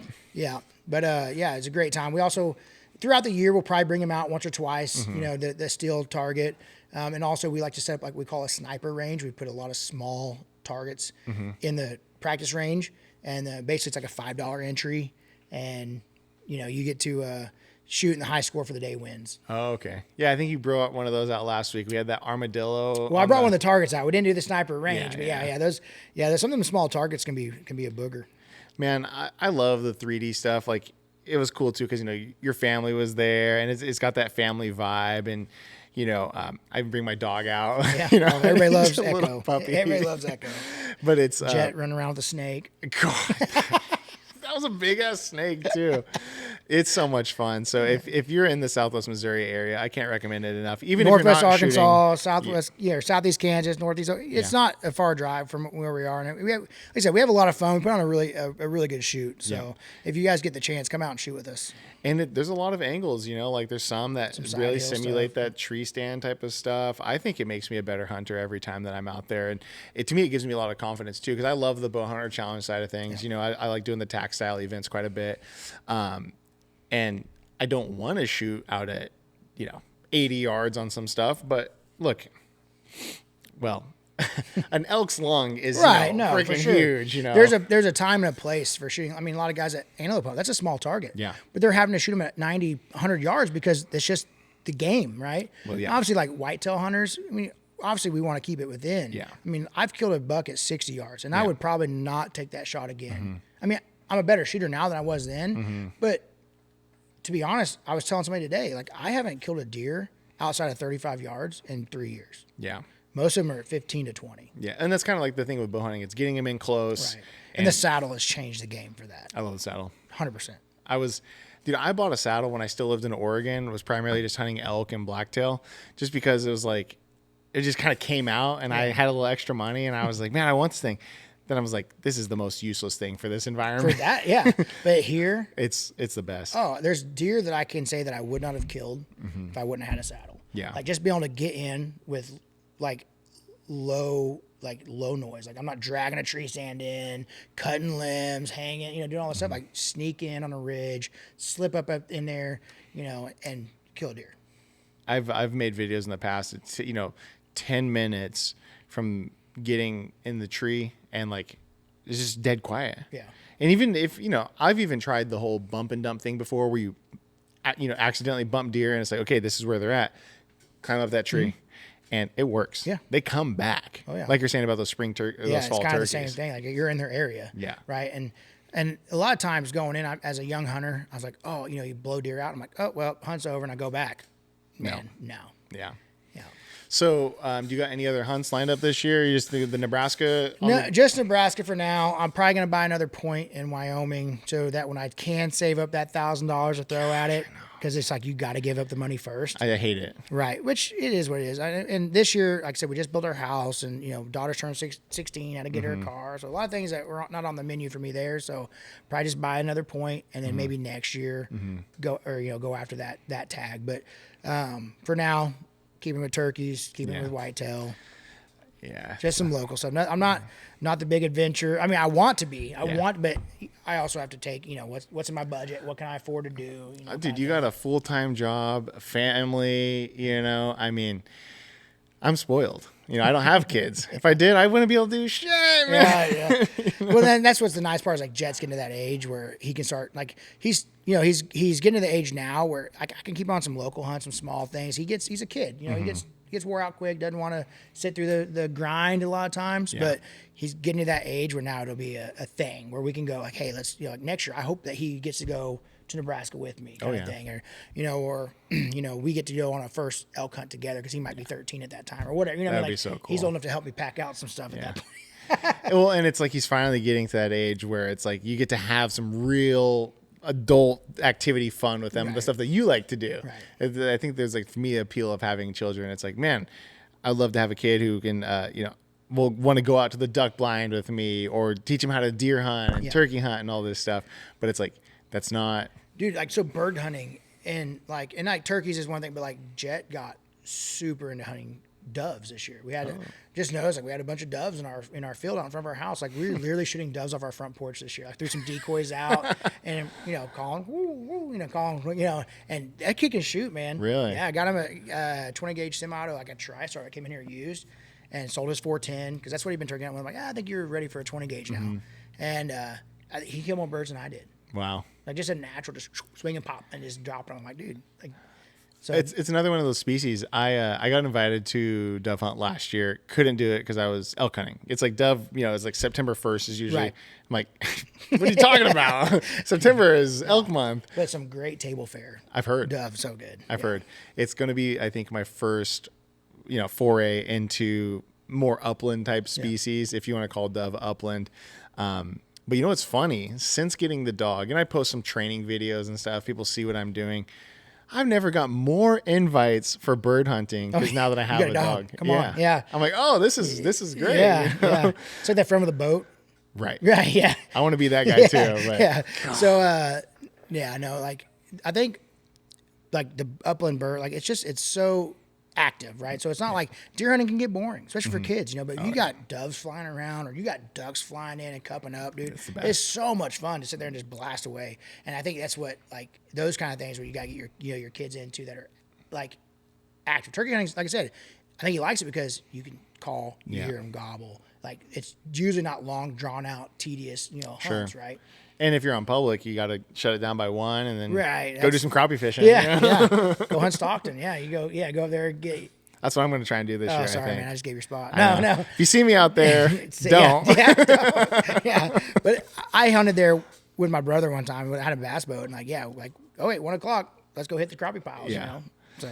Yeah, we're running pretty long here, but okay. I still would love to do some crappie fishing with you in the future. It's one of those things, another species that come from out west, you don't get a lot of them, Yeah, once again. because out there it's all steelhead, salmon, trout. Which is what a lot of guys want. It's a great thing. It's like just the diversity between our nation, like what you get to access out there that I would love to access, and then things that now that I have had access to and I'm good at. Like you've shown me piles of crappie fishing. Yeah, and it's a whole thing out here. Oh yeah. I mean, you guys got a whole freaking tank of minnows over here just for that. Whole aisle full of crappie jigs. Yeah. Yeah. I went over there to get some crappie jigs the other day, and I was a little bit surprised because I thought it was actually a much smaller fish than it is. Like, I thought it was just like a little trout or something. Man, they get big. They get big. Yeah. And I've seen guys... my Facebook, it's like, you get all those recommended people. It's always people who you're a mutual friend with. Right. It's like one mutual friend is Jeremy. I'm like, this guy's freaking friends with everybody, But it's always dudes holding these giant crappies or big old bucks. And people will tell you there's not a lot of big animals in Southwest Missouri. And I couldn't agree less. No, I personally, like, obviously being in the schools, being in the, where I'm at now and where I was, working in an archery shop, like I have seen some monsters, like bucks killed in this area, big fish caught around here. I mean, there's, like I said, big turkeys. I mean, there's like I said, there's no like real shortage of opportunity. Yeah. Like I said, a lot of it's just how willing are you to grind it out sometimes, And it's weird because it's like, if you're listening to this, it's only residents in the Southwest Missouri area who find the big bucks. And if you're a non-resident, they don't show up for you in this area. It's really weird. It's like a spell or something. Yeah. Oh, but you got into crappie fishing pretty hard there for a while. I did, yeah. So when I shut my archery shop down, I was like, I need something to do, and I had a bass. I'd used some, the money from running the shop on the side to buy a nice bass boat, and I was hitting it hard. I was hitting it, once or twice a week, going with friends, going with my brother, whatever, and just having a great time. And got really proficient at it. Like, you learn, you actually, once you kind of get on, you kind of know their patterns and how to pick them out. And like, it's such a fun, like, a lot of guys are like, oh, you're just sitting there with this dude. And like, man, when it's going, it's one of the most fun things you can do. Because it's like, I was watching some videos trying to learn how to really understand crappie, and you're not doing this whole casting type of thing. No. It's really like if you're on near a bank or some brush piles, you're just kind of almost there's vertical jigging, there's trolling, there's spider rigging, there's all kinds of ways to do it. Most of what you're going to see on Facebook is probably going to be, or on social media is going to be live scope, vertical jigging, right? And I had live scope and I had spot log, I had all the stuff. And I started out doing that, but I realized that I was missing more fish than I was not catching because I was wanting to like video game it, like just look at the screen instead of going off natural instinct as a fisherman. Sure. And so then I really started using that system as a true fish finder because it's the best. Like, not only can I see that they are right here in this direction, we're in 20 feet of water and they're hanging out from 8 to 12 feet. Mm-hmm. I can throw my jig out over them, watch it, get behind them, and then reel through them. And I quit looking at the screen at that point. Yeah. I'm going off feel. And I caught more fish that way than just sitting over the top of the brush pile, just vertical jigging them. And you're kind of getting to have a little bit more fun, be a little bit more active with it at that time. Stuff, yeah. And like I said, there have been days where I don't know if I ever got fully skunked with live scope, but there were days that it was just a slow bite, and it could get a little boring. So, with a guy who doesn't have a boat, do you think it's even possible to really get a bunch of crappie from the bank? For sure. I mean, there's always dock access fishing, a lot of lakes that have like pay docks or even just free public docks. I mean, you might have to weed through quite a few shorts and, smaller fish or deal with people. Mm-hmm. But then the springtime coming up, which is always the hardest part. What's crazy is like crappie fisherman, I never fish the spawn. Which is like the rut, right? Yeah, and it's like the easiest time to catch them because they're all up in the banks and the shallows. You can really throw a minnow or a worm or a jig or anything at them, and they're gonna hit it. I never fished it because it's turkey hunting season. Yeah. And if I'm not doing that, I'm out looking for morel mushrooms. You know what I mean? Like, right. So I was like, I never never fished the crappie spawn. It seems like such a great way because my plan is to go spend a 3-day block or so out there during the week, and I'm a public land guy. Yeah. And I kind of like that they're like shutting it down for one now that I'm like, okay, well, I'm going to bring some crappie gear with me, maybe bring my canoe as well and try and go catch some fish. But it's like, there's something kind of fun about the gamifying of it like that. It's like, you got the morning to get after them turkeys. Right. And then you got to go do some fishing. And it's just like, it seems like a fun way to really spend a day, especially now the days are getting a little bit longer too. For sure. You got a lot more time to get some things done. Yeah. Did you ever because I was talking to Tommy, I didn't even realize Tommy's like a big time bass fisherman. Right, he likes to do that. Yeah, I grew up fishing bass out of a farm pond, like giants. Like I'm talking like 6, 7, 8 pounds. Spoilers. Yeah, and I'm like, and then like I'll catch them every once in a while. Yeah. I don't target them. Yeah. I target walleye. I target crappie. Yeah. I used to target catfish. I got I like to eat. Yeah. And to be honest, those bass guys get mad at you when you start filleting their up and comer. I was watching a Meat Eater podcast. I don't know if you've seen like the U.S. hockey team, their goalie had a big bass on his deal. Yeah. And so he was on the Meat Eater podcast. They called in or whatever. And Stephen L. asked him, he's like, have you ever eaten a bass? And he's like, once, maybe. And he's like a big time bass fisherman. And I'm like, I think if you got to catch all these fish, you got to at least eat it one time. I've ate them. Don't get me wrong. Like if I catch them and they're a legal length limit, they're going in the live well. Yeah. But I don't target them. Yeah.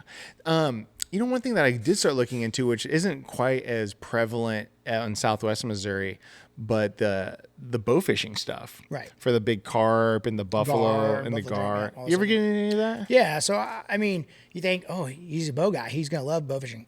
I hate it. Really? It's not my thing. Like, I mean, I spent some time, I had a boat and I was, on beaver and there was a really good population of gar. I shot a few and it's like, okay, it's kind of fun, but it just wasn't my thing. I don't know. Like I didn't like have a bad time doing it. Yeah. And it's a target. If you get into a target rich environment, it's kind of fun. It's just boom, reel, and you're just going after it. But it just, like I said, I don't know. There wasn't this there's not this draw for me wanting to go do it again. I actually sold my bow fishing setup and everything because I bought it all I'll try it out and just walk the creek bank shooting at red horse or whatever sucker fish and like.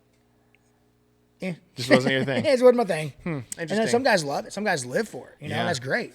Find your thing. It just like I said, it's just not my thing. It's one of those things, right? For me, I like fishing and hunting something that I'm going to eat. 100%.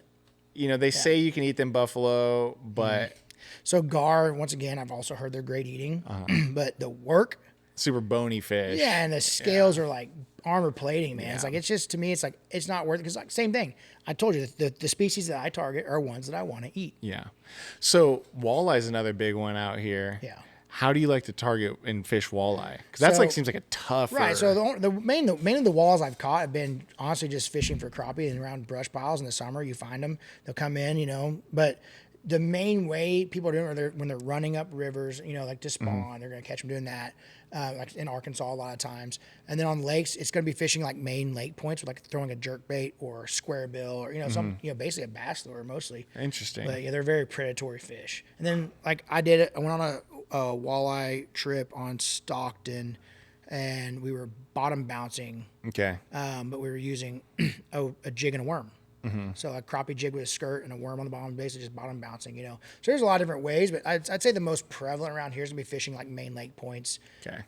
Gravel bars coming out, stuff like that. Yeah. And throwing like a jerk bait. And so if you in terms of table fare, crappie versus walleye. So I love crappie. Yeah. To me, it's still number one. Like walleye has a very good flavor. It's a good white flaky meat, but there's something about because the fillets are quite a bit bigger, right? So they're gonna have a little bit more density, like a little On bit, the walleye? on the walleye, right? Right, So okay, the crappie, a lot of times get that like thin, crispy, you know. And I actually I used to be all about like fish fries, like frying up fish. And then I decided one day I'm gonna do some fish tacos and do crappie fish tacos. That's the new way. Like that's Really? it. Like they are the best. Yeah. Dude, we got to get out there. We got to hound somebody to use their boat. Let's call Aaron Box. He's got like 100 boats at his house, doesn't he? Yeah. Coming for your boats, Aaron. Yeah. Jeremy, thank you so much, buddy. brother. It was a great time. You too. All right.